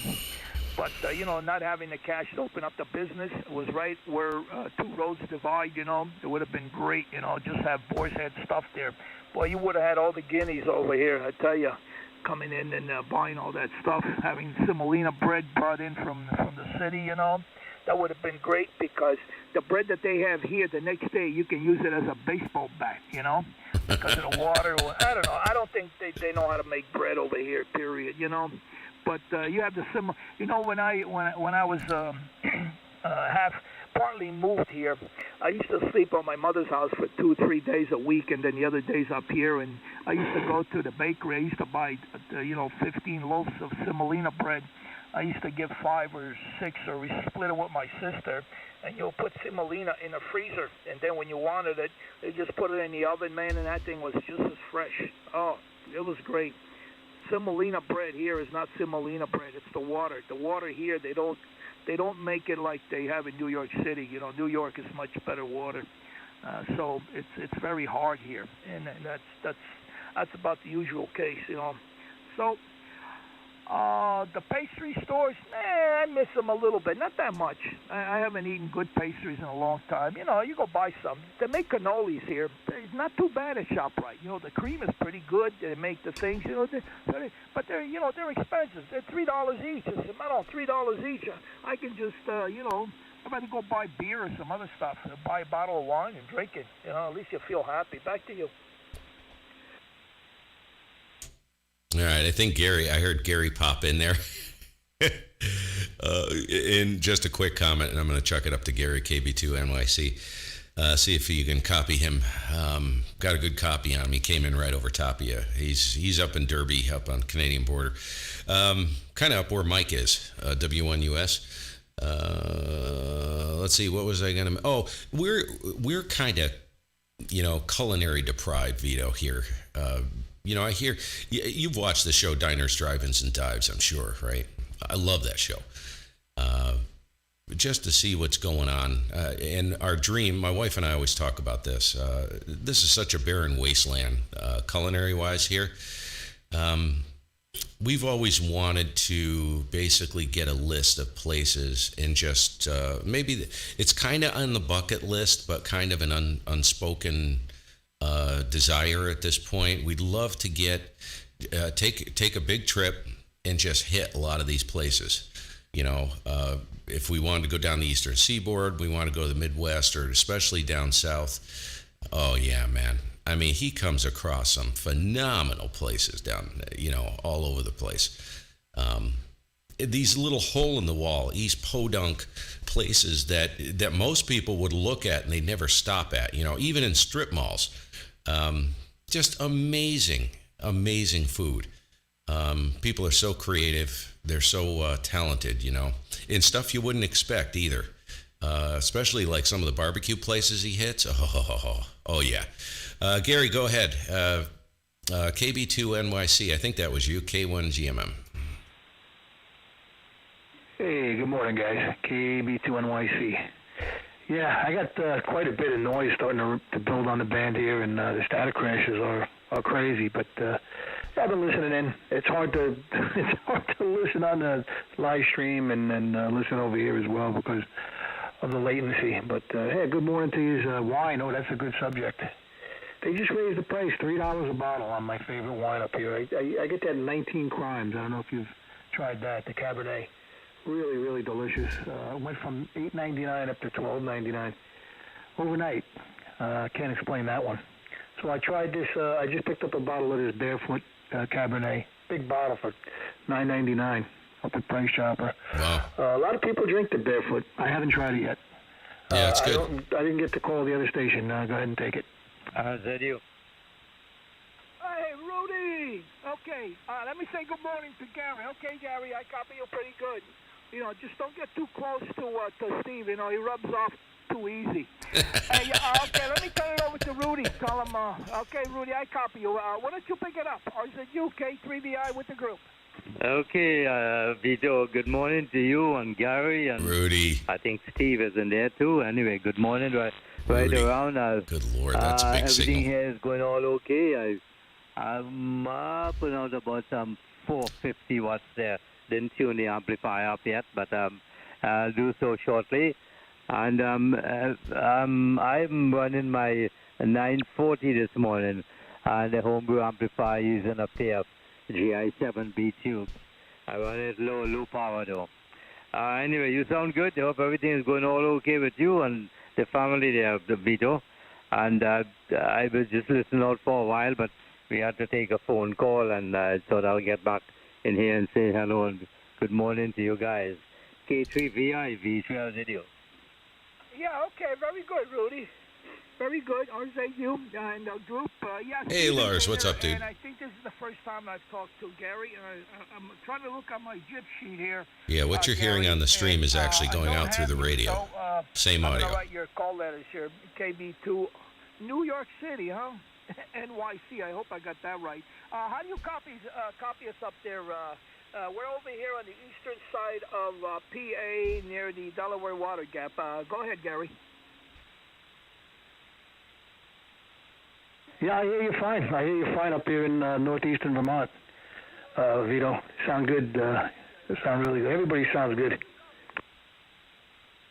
Okay, very good. Yeah, Steve was telling me that he was waiting for you to come in, and I told him that, well, we were reminiscing about the old days, the good days. Don't be jealous, man. Black days. Easy to do. Days, You can do it with very little equipment. But you got to have the pipes and you got to have the microphone. About our, our beliefs and all the funny people that I have as friends and relatives. This is the Anon. I'm on an Anon 200D, Lars. Steve. Okay, Vito. Geez, I forgot your name. What was your name? Was it a VE3? I've heard you before. Why can't I remember your name? Name is Steve. I'm down here in southwestern Vermont. Yeah, you're crushing it in here. I don't know where you are. North of the border. Maybe you could tell me where you are. Give me your name again. And here I'm running, what have I got going? About 250 watts going out. I'm just tickling the old AL80A, 25% drive on the Anon, and I'm on a full wave loop. Why can't I remember my brain is shot, man. Go ahead and take it. And I guess you can put it up to Gary there. You're probably hearing Gary really well. Yeah, you were 30, peaking 30 over, trying to push over that when you first came in. The VE station 3, go ahead. Yeah, okay, Steve. Okay, good morning to you. I know, if you when you get to know like me, I don't know how old you are, but I know Vito is probably my age. I don't know for sure. I'm 82. My QDH is Hawkesbury, Ontario, about 45 miles west of Montreal. God. And the name is Rudy. Rudy is the name. Rudy, that's it. Yeah, we're running one of these home-made amplifiers using a pair of GI7B tubes. And I'm running about, I see 500, 550 at the moment. I just set up the drive. We were doing some tune-up, so we had to drive down to 20 watts. We turn it up by the usual 35 watts drive into here, which is probably a little too high for it anyway. So that's the way it goes here. You sound good, very strong signal. Gary has a good signal here too, and so is Vito. Everybody's sounding good into Hawkesbury. I don't know what the temperature is, but how it is? my daughter was saying it's cold like hell the other day. So I thought hell was hot. She said she doesn't know. Back and come to you, Steve. Go ahead. Okay, Rudy, my apologies, man. Yeah, wow. What are you running for an antenna quick? I'm using a folded dipole for this band. I also have one a folded for 160, right? Wow. Folded dipole. Explain that. What does it look like a little bit? Because I never thought about it or heard of that. Go ahead. Yeah, well, it's like a dipole, the end of the dipole, except it's folded back. Goes back to the spacing is about 15 inches. My spacing is 15, but you could go do anything with that. You could run from 2 inches spacing all the way up or as high as you want to go. And when you go too high, it becomes a quad loop. So that's the way it goes there, Gary. Steve. But anyway, it works very good. It is resonant, just a little higher on this frequency, about 3640 is the resonant frequency. I not using any tuner, and put out about Wow. This is a modified That unit. is fantastic. It used to be a FLDX 2000, and I pull everything out in there, build a voltage doubler, God. and I put a PFG That's a good i7B signal tube. Two fans from in there to Ontario keep the for tube this time cool. of the day. And we run it at low power. It would do 1100 watts, but I keep it down to about 600 or so. So that's how we have it there, Steve. Go ahead. Okay, here's the last question for you. Man, that is cool, man. You're throwing a Crackin signal, 35 over on, what'd you say, 450 watts? That's a good signal from Ontario. I think that might possibly be the best signal I've heard from Ontario at this time of the day on this band for that amount of power. Good Lord, that thing works really good. Now on 160, you said you run one on 160. Is it the same spacing, about 15 inches? And how far? I understand what you're saying. If you bring it too far, it turns into basically a compressed quad, which will pretty much foobar the whole thing. But let's say you take a 160 meter dipole, right, and you fold it back.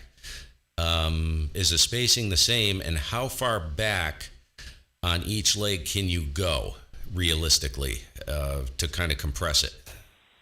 Well, you could do anything you want, you know. You just have to. I use 468 divided by frequency, and we fold it back. So the spacing, as I said, it's 15 inches, and it folds all the way back. And the 160 is the same thing, same configuration, has a 4-to-1 balance between, and that's all we do. It's not very high. It's about 40 feet off the ground, the apex, and one end is about the same That's level. freaking amazing. Goes down to about 25 feet. That's how we have it. And the 160 is the same height of maybe about a foot difference or so. I think the 160 is a foot higher than the 80, but it's full size. And the ends on that one, it goes to 20 feet above the ground on each side. So seems to work okay. I'm in the open here. I have no obstruction around a farmer's field, horse farm the other side, and I'm all the way in the open. The river is about 800 feet. Ottawa River is on the north of me, and the south side, well, the highway is Highway 17 and 417. I'm right at the junction of those. So that's how we have it there, Steve. Steve, go ahead. Okay. I said that was the last question. I got one more. On this band, 80 meters, have you tried to work any DX with it? Does it function much like a dipole? I can't remember exactly how high you said it was, but does it work? Have you worked DX like across the pond or all over the place with it as well? Yeah, yes, you can do that easily, depending on the band condition. It's like a dipole, except it's folded back. It's making it a wideband antenna. I'm listening 4 kilohertz wide, Lars. Okay, very good, very good. Sorry, guys, I had to get that. I'm always looking for options for antennas. Where does it go? I'll put it up to Gary and then throw it to Vito. K1 GMM.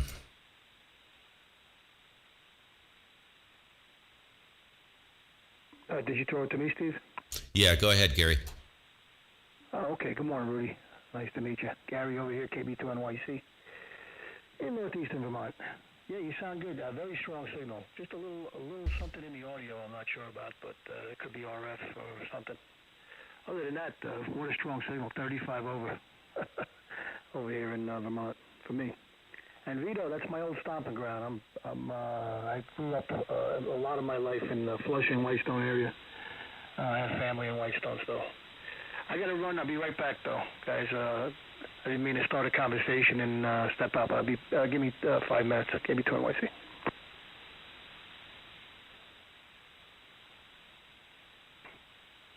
Go ahead, Vito. Okay, yeah, he's not as strong as he was before. Okay, yeah, I think he said he's going to run. He's coming back. And I'm going to run and go get some coffee again. Hey, Rudy, you sound good, man. Your friend Angelo got a new truck, you know? And, Oh, Davey, yes, I did. I got the 7300 running. And let me drop the volume on this. I didn't speak to him last night. He was supposed to It was an intermittent connection on between the MFJ212 and the ARB 704, the interface for the buffer for the amplifier, and it was shorting. Had a broken connection. Every time it would short, it would kill the 7300. 7300 does not like that. Anything connected to the power supply, it will kill it. That's what it was. Fix that, and it's been fine ever since. Just to answer your question, Davey. Thanks for asking. For years, we've really been getting pretty good over here with not too much snow, you know, and it's been really, really nice, which I like. Hello. Oh, okay. Yeah, Rudy, that 940, it's doing a good job. I got my 940 about 35 years now. That sucker works good, you know. Really That's a nice radio, man. And 940s are awesome. Yeah, I mean, I wouldn't buy another one because they want too much money for them. So, and plus, I'm not buying any more other rigs. I'm happy with what I have, Rudy.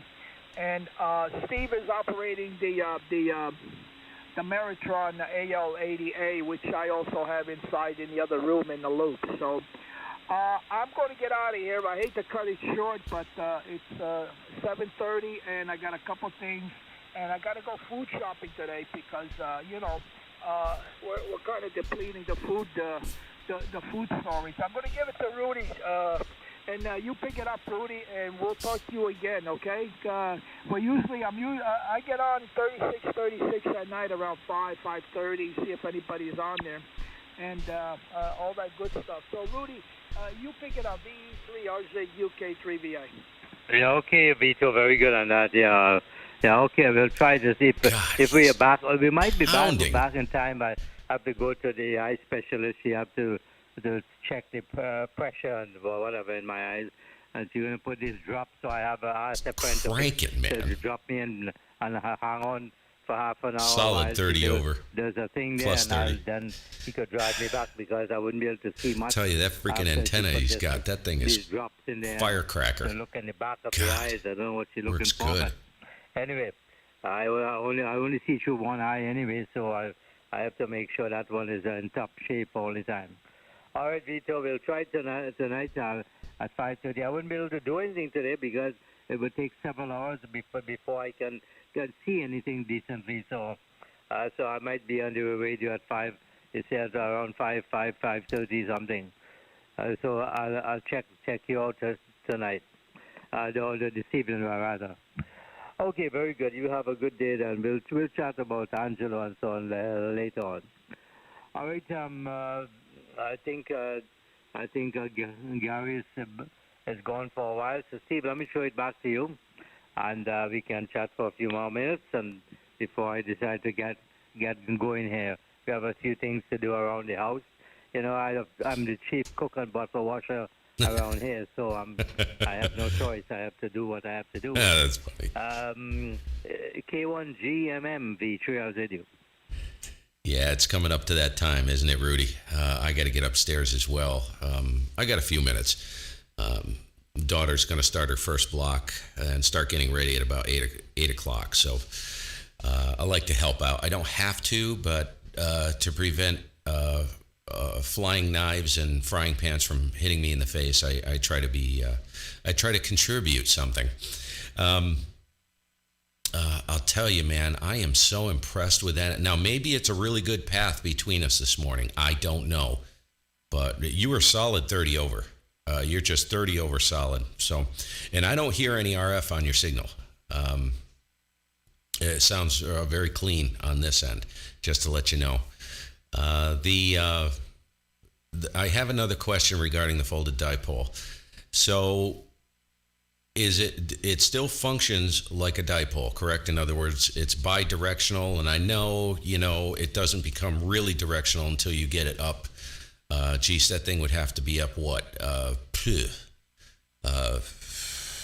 Let's see, 65 feet, maybe, something like that, starting point. But is it like where it folds back? Does the folded section, does it hang down towards the ground, or do you have it set up so it's in the horizontal plane? If you can understand what I'm saying, or doesn't it matter? Does it even matter? Can you just get your spacers in there, fold it, and if it hangs down towards the ground, it doesn't affect the way it performs at all, right? I would imagine. I know it's probably a stupid question. Go ahead. Well, how I have it, a folded dipole means it is folded back. So if you connect your wires, the center of the dipole, and then from there you go right to the ends, and you go through two supports, but you don't cut the wire. It goes all the way around, and it's the 15-inch space, and it comes right back again. It is joined at the center. I know some company makes where the joint is in the center. In other words, the one part you have your coax connected, or your balance, and the top, just above that, some people put a resistor there, a 600 ohm resistor, and they call it an all-band antenna. But for me, I think an antenna is resonant only to one frequency. There's no such thing as an all-band antenna. I mean, any piece of wire has one resonant frequency, not two. But it works on the other band too, because you have certain like 2.5 wavelength or half wavelength or whatever it is, and it works. But it's folded back; it's not cut at all. So you have a double the length of wire. In other words, if you have 123 feet, that's the full length of it on both sides, and the center of that is where your coax is, and you fold it back 15 inches, and you go right away on the top of the top, and you have spacers to keep the wires spaced. Like every 8 foot or so, you have a spacer, something to hold it. And what I did, I went to the dollar store, and I bought these coat hangers, the regular coat hangers, the plastic one, and I cut the part you hang off, and I use that as a spacer, and I have number 16 gauge copper weld wire through that. The reason for using number 16 gauge, first of all, that's what we had, and it does not pick up a lot of ice. When you use a thicker wire, the ice tends to stay on it. This one, there's nothing to hold, so it comes. You very, very little build up you have on that wire. So that's why I use it, and I've been using that for years now, and they always work good. Some people use a thicker wire to get a better bandwidth. If you have thick wire, you have a better bandwidth. If you have a standard dipole, or when you have it folded back, it automatically is a broadband antenna. If you go any part of the band, you will see a bit of an SWR. You go up to like 37, 87 or something like that. You would see some standard wave about 1.8 or so, but it works just fine. I have no problem. I don't use any tuner upstairs anyway. No tuner. I have a solid state amplifier also here. We don't use a tuner at all. No need to. See you, DK5. Have a good day, man. Thanks for stopping in. 300 that I use on the same antenna. Never a problem with it. So that's it. It's a good antenna. I always believe in folded dipole. It's a quiet antenna, more quiet than a standard dipole. So that's it. K1, the GMM feature, as I do. Okay. So the end. So you come out from the feed point out to the end insulator, whatever, spacer. comes down, space 15 inches, and then folds back onto itself, runs along. Do you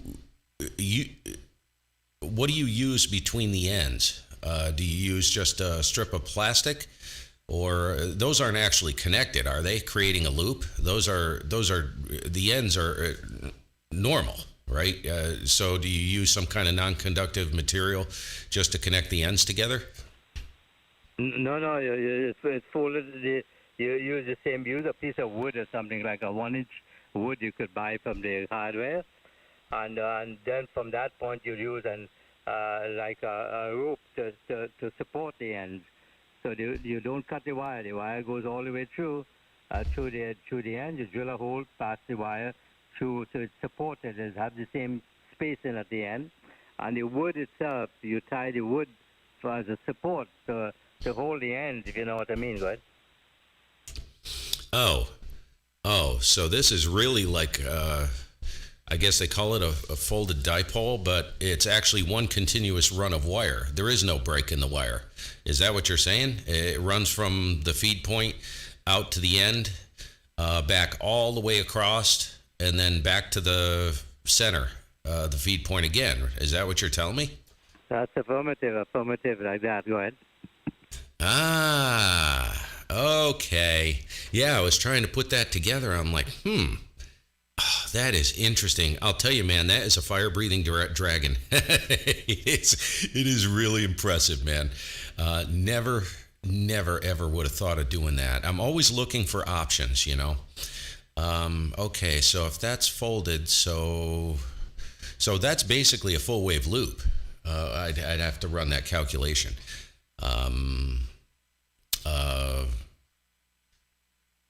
So that's basically a full wave loop compressed into a 15-inch space. I mean, physically. That's basically what you're telling me, right? Yeah, that's exactly what it is. If you make a loop, then all the sides have to be even. You take the same piece of wire and you just even up each side. You know, you have the same length on each side. That's when you call it a loop. This way, it's a folded dipole. You could just stretch it out.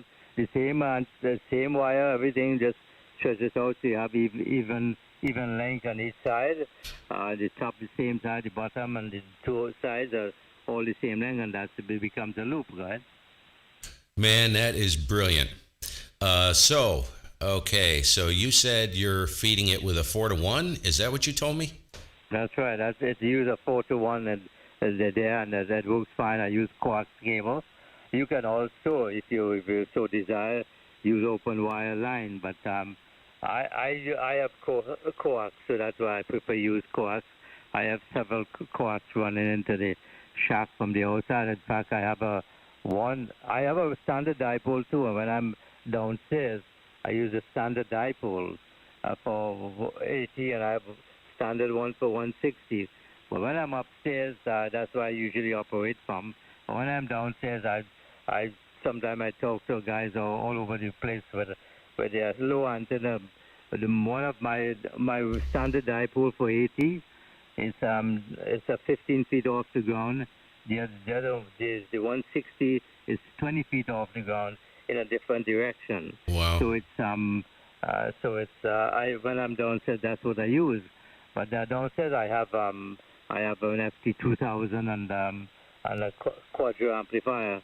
The reason for using the quadra downstairs, which is a KW solid state, is because I don't have 240 volts upstairs, so I got no choice. And I don't want to cut the walls and the ceiling and cut the gyprock to pass the wire. So when I'm upstairs, I use this amplifier I'm using. This is the home-built amplifier. And the other one I have is a Hercules 444. That's 500 watts that operates and 120 volts also. So I'll be use that upstairs too. So when I have better antenna upstairs, so I use a lower power. When I'm downstairs, I use higher power and lower antenna. That's what it is all about. Right? Okay, so overall length of that is going to be what? So that'll work out to be just a little bit shy of a half-wave dipole. All right, because it's going to run out a full wave loop. So basically, cut it in half minus. I don't know. You got 15 inches going down and then back across. So you got 15-inch space. So that's 30 inches. So it's basically a half wave dipole minus 30 inches as far as overall space it takes up. Correct? Yeah. So but it's not critical, you know.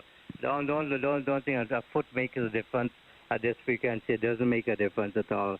This antenna is resonant to when I checked it. I use what I use actually 468 divided by frequency to get the length, and what you just double that. So that's what you do, and I usually cut my antennas a little longer. You have room to play with because I don't like adding wire after. I prefer cut the wire. And I got it to the frequency I wanted, 36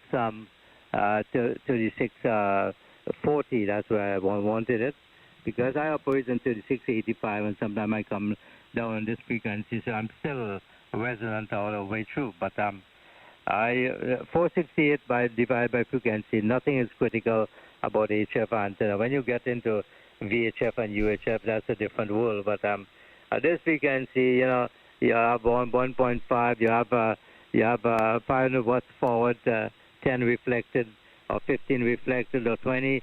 That doesn't make any difference at all. You wouldn't notice anything. A lot of people want to see a one-to-one, and in practice that is not possible, because it's near your house, and you have wires in your house, which is somewhere in the house. The electric wiring in the house could cause your pattern to change. So there's no such thing as a perfect antenna if you put it in your house. You have to put it somewhere in a field and high up, a quarter wave off the ground with no metal objects around. Then you have a good antenna. That's perfect. But how many people could do that? That's not possible for 99% of the people. It's not possible. So you divide 468, divide frequency, you put it up there, and it works. Go ahead. That's what I like, dude. And I'll let you go. I know you got to go, and I got to duck out too. Ooh, yeah, we killed almost 20 minutes. Very cool. That's what a friend of mine explained to me. I was talking to him about this very thing on this wavelength. He says, man, he says, you know, these wavelengths, if you look at the length of the wavelength on, let's say, 3650, and then you look at he said, there is so much stuff. He says, I know where you live, and you're exactly right. Yeah, you put it up on a field where there's even no trees. Trees are filled with water. Of course, you got ground conductivity or lack thereof. Let's say you were able to get it over 100 feet off the ground. Most people can't. So, you know, he says, look at what's around you. He says, if you don't think that's interacting with that antenna, not to mention the copper in the house. I got a metal roof on the house, dude, that's over 70 feet long. This loop is only about 30 feet from that metal roof. You can't tell me that antenna doesn't see that there. Oh, yeah. It makes a mess out of stuff, you know? So, yeah, you can't get too crazy over this. I like that. You know, just cut it, measure it, you know, calculate it, measure it, cut it, put it together, throw it up. Good Lord. There comes a point where rocket science just isn't worth it. Rudy, I'll catch you later. This is food for thought, because that's way more compact than a full wave loop. And I think, see, this antenna I'm running right now is an NVIS cloud burner. That's what it's designed to do. Its primary angle of attack is between 83 and 87 degrees. It's got a reflector under it, which is about 42 feet beneath it at ground level. And she does run out of steam, I'm telling you. And I like to work some DX. Now, I have worked DX on it, but it's pretty ugly, dude. It's effort. You know, it's just not. It's not meant for, you know, even 30 to 60 degree elevation angles, radiation angles. I mean, this thing is throwing all my RF straight up and then straight back down again. So I've had a lot of fun with it, but what you got going there, that is worth a try. I could have that together in not too much time. I just have to come up with a 4-to-1 and get it dialed in somewhat. Or I do have some 450 sitting here, about 81 feet, 83 feet of 450. So I don't know, I could, just to prevent the amount of weight hanging on it, even that. The problem is I can't bring that into the shack. The shack is too far. I need about, to reach that sucker, dude, probably 150 feet of coax, which is not a problem. But you kind of see where I'm going. I know there's multiple ways to skin that cat. I'll let you tie it off, man. Nice chat, and thanks for sharing with me. And I forgot your call. I remember your name, Rudy, but I'll never remember your call. K1GMM. Okay, Steve, yeah. Victor Echo 3, Romeo Zulu Uniform, RZU.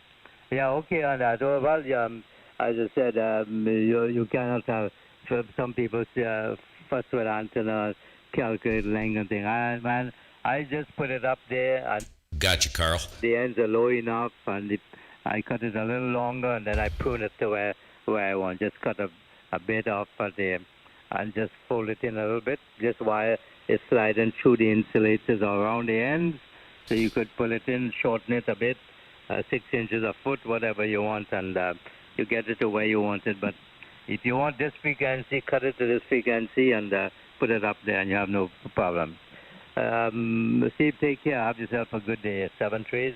I will chat again one of these days. I don't know when, but sometime I'm on this frequency. Sometime we go to 36, 85, and a couple other frequencies around. 7 trees. Very best to you and the family there. You can tell the band's tightening up because he's fading. K3, what is it? K1, GMM. VE3, RZU in Hawkesbury. Sign in clear. 7 trees. Yeah, VE3. I'm going to make sure I write that down. RZU. Thanks so much, Rudy. We'll catch you later. And the band is really going to go tight here because you're down between 10 and 20 over now, and you were 30 plus pretty consistently. So very, very cool. Anyways, we'll catch you later. Have a great day. I'll stick in here. I know Carl just jumped in. How you doing, man? It's been a long time. K1GMM. Yeah, good morning. Good morning to Rudy, and good morning to everyone else that's on frequency with you, Steve and Rudy there. Yeah, everything's good here. We're all good. Hope everything's good with you. Haven't heard you in a while. But needless to say, when you said that metal roof, I just came in when he mentions the antenna of coax fed. I don't know if he's working with a resonant dipole maybe. But that metal roof, boy, I wish I had a shed with a metal roof. I'd have my Tar Heel screwdriver on it. They work quite well with a metal roof. Over. It's funny you say that because see, I don't know what it's doing to this. Now, if you go to the Ballon Designs website, they make specific ballons.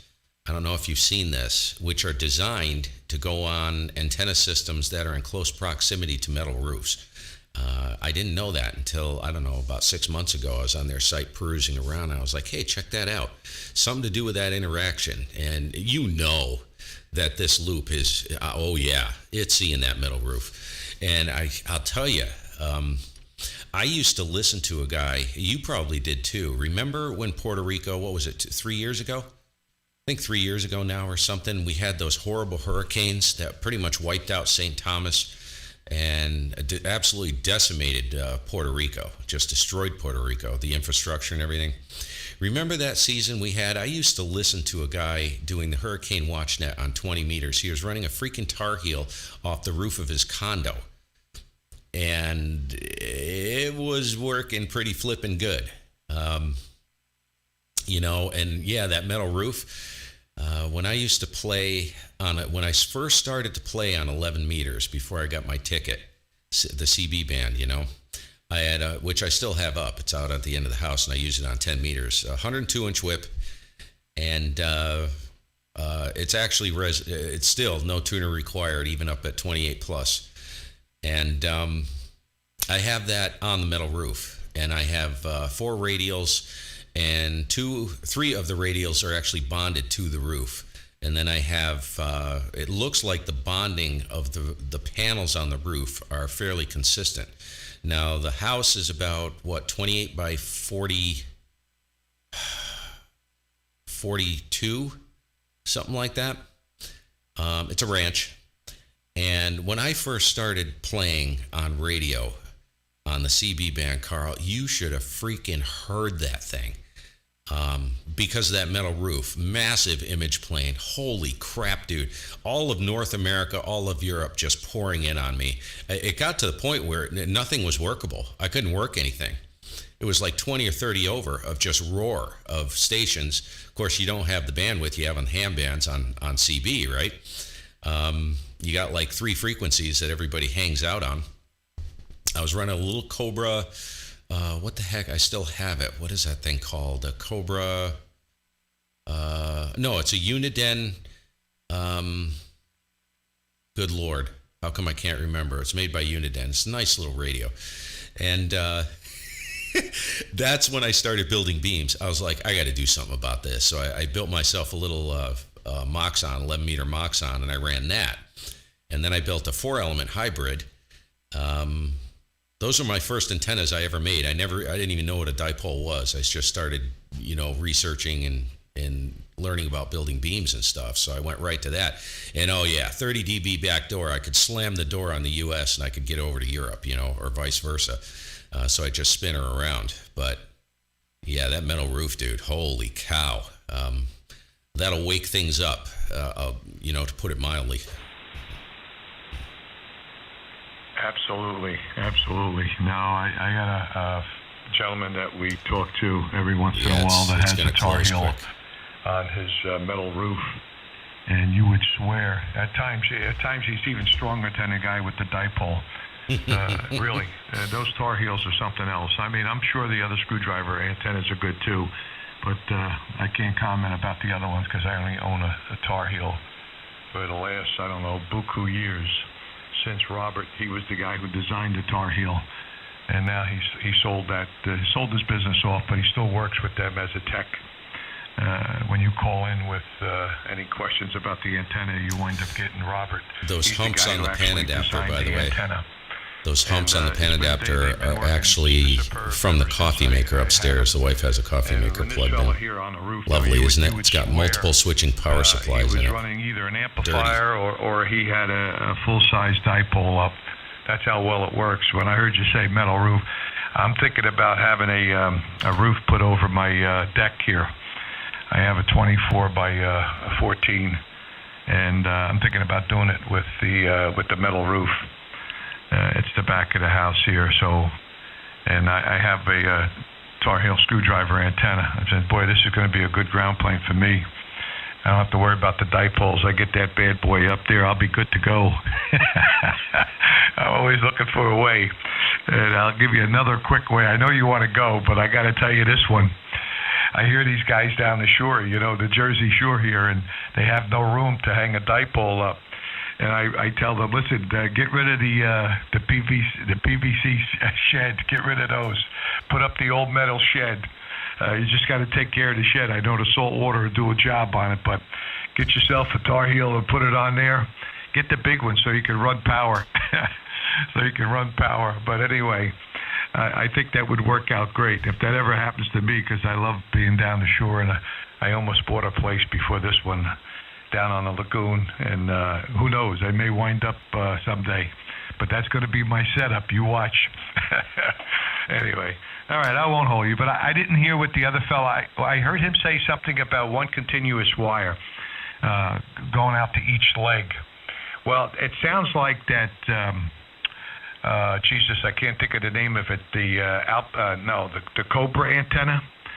The fella up in your neck of the woods actually made that particular design, that antenna, where it's made with it's actually made with zip cord, believe it or not. The 3-conductor cord, and it just keeps folding itself back on each leg. It's only 140 foot overall length, but in reality, the radio sees 420 foot.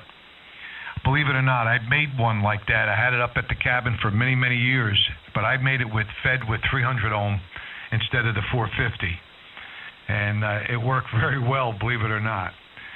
So there you go. But that's what it sounded like. He was feeding it back and forth on each leg. I don't know what the length of overall was, once he fed it back and forth. Maybe you could make comment on that, and then you could run. I know you want to leave. I just came in on that part of the transmission where he said one continuous leg. W2QEJ. K1GMM. Yeah, it's a folded dipole. That's what it is, and it's basically if you were to take a full wave loop, right, and you compress it into a folded dipole, runs out from each feed point, runs out, folds back onto itself, spaced 15 inches apart. And it's one continuous run. And he uses 16 gauge wire, thin wire, which I never thought of this. It doesn't load up with ice during an ice storm. Of course, he's up in Ontario, so it makes sense, right? Get a lot of ice and stuff like that. And the ice won't even cling to it, he was saying.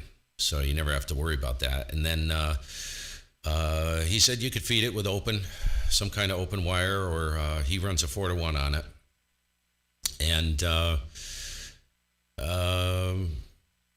so it's just exactly like a huge version of what you see on a 4-bay repeater array. You know what I'm saying? It's a folded dipole. Uses coat hangers he got from the dollar store, drill holes through them, and because the wire's so thin, it runs right through the coat hangers. Cut the coat hangers 16 inches long, drill the holes at 15 inches apart, and those are your spacers, and basically pull it up. Sounds really light. And I'm telling you, dude, I haven't heard a signal on that amount of power coming out of Ontario. That freaking thing works really good on this band. I was like, wow, that thing is just freaking cracking. He sounded like he was legal limit to me. He was probably weaker to you because the band's starting to tighten. It was starting to tighten up really tighten up about a half hour ago, 40 minutes ago. But it's, man, dude. And see, the problem I have here is that this is not a DX antenna, and I like DX. I'll be up listening in the DX window, approaching gray line, like usually an hour before gray line on this band. And I do work events, so I really don't have an antenna up for this band that I can work DX with. Because this antenna throws all my RF straight up, I have worked DX on it, but it's pretty weak. You know what I'm saying? I've had even regular dipoles up that will eat this thing for lunch as far as DX, even not very high off the ground. It's just because all of my RF is going straight up, man. Like 83 to 87 degrees, right up in the air, and it's coming right back down. It's kind of spreading out, but it's just not designed for that. So I'm thinking, geez, what could I get up? I've been fussing with trying. I have a Cobra Senior, by the way, great antenna. However, the loops, there's a video on my YouTube channel where I put the Cobra Senior up against, now you can't do this because it's an unfair comparison. The parasitic array I have out there for 40 meters absolutely destroys that thing, eats that for lunch on 40, kills it. And I can hear stations and I can work stations on the loops. It makes sense, right? It should. But once I realized that, I took it down. I was like, all right, this thing is worthless. I can't run this here. I have a feeling that folded dipole is, that may be something to play with. It's pretty easy. I could sit and make the insulators right in my living room. You know what I mean? Pull off a length of wire and it's not even that high off the ground, which is hilarious. So a lot of his RF's going straight up in the air. But he said he works DX with it, no problem. Now this antenna, no. DX is a real problem on this, and it should be a problem. At least to work DX, even if you have a radiation angle of 30 to 60 degrees, at least you'll get somewhere. This is a problem, I'll let you tie it off. I got to run upstairs and I got to take care of business. 10 minutes. So, good to hear you, man. And I'm going to leave everything idling. I may be back down. I don't know. I'll be back down probably about 15:20. K1 GMM. All right, very good, Steve. Yeah, no problem. I know you want to go, but yeah, all right. I got the scoop now on his antenna, and I don't know how much power he was running. He was running about 5 over 9 to 10 over here when I first heard him, and that's it. But anyway, good deal. All right, well, you know, and the other thing was the elevation of the antenna, low to the ground. That was pretty impressive, even to put that kind of a signal here into Jersey. So some guys that are running power with mediocre conditions don't put that kind of signal in. So if he was running barefoot 100 watts, that was working good for him. Yeah, I hear you. Hey, listen, it's all about having fun and playing with big boy toys. So do your thing, and I'm sure you'll get into that DX a little bit. I'll tell you, I'm very impressed with sometimes with the antennas that I have, the stations that I can work across the pond. And I really believe it has to do with conditions at the time. And that's it. So there you go. All right, 7-3. Good hearing you, by the way. Stay safe and selfie. K1TMM W2QEG 7-3. You got that right, man. You can't cheat the conditions, period. If the band's closed, it's closed. That's absolutely true. It's the great, what do we call it? Well, I call it the great equalizer. Yeah, you got the guys running legal limit on the monster antennas, and sometimes you can work the same stations they're working. Of course, depending on where they're at. If it's the big guns up in Prince Edward Island, stuff like that, they work into VK in Asia on a nightly basis at 20 over, and it's not fair. But if you look at where they are and what they've got for antennas, sure, you stick a vertical on the edge of the ocean, and then the entire radio field is actually submerged in the salt water. Well, yeah, man. Things become unequal very quick. That's how I look at it. That does matter to a certain extent, but yeah. I love listening to those guys. One of them's Dave. There's two of them that I listen to a lot of times, and it's fun to listen to them, and it's fun to dream. Anyways, we'll catch you later. Yeah, I got to get out of here. You behave yourself, man. And you want to hear what you sound like? I'm pushing a stream right now, and I'm going to kill it in a moment, and it will render and go right to the end of the stream, and you'll hear great audio, by the way. Guys are commenting about it throughout the morning. It's nice hearing stations that, pretty much everybody has good audio. It's clear. Yours is very nice to listen to, though, man. Really, really mellow and clear, and high end is nice and crisp, and that's really nice. We'll see you later, dude. 7-3, bud. K1 GMM. I'm gone. Take care, Steve. Good hearing you again. 7-3. We'll catch up with you. W2QEG. Click. Yeah, good morning, Carl with K2OZ. And Danny. Alrighty, you guys. All right, I'm going. I got to get out of here. Sorry about the hot audio. Probably just popped the speakers out on the floor. 7-3, anybody still hanging around? I got to go. Have a great day, everyone. K1 GMM.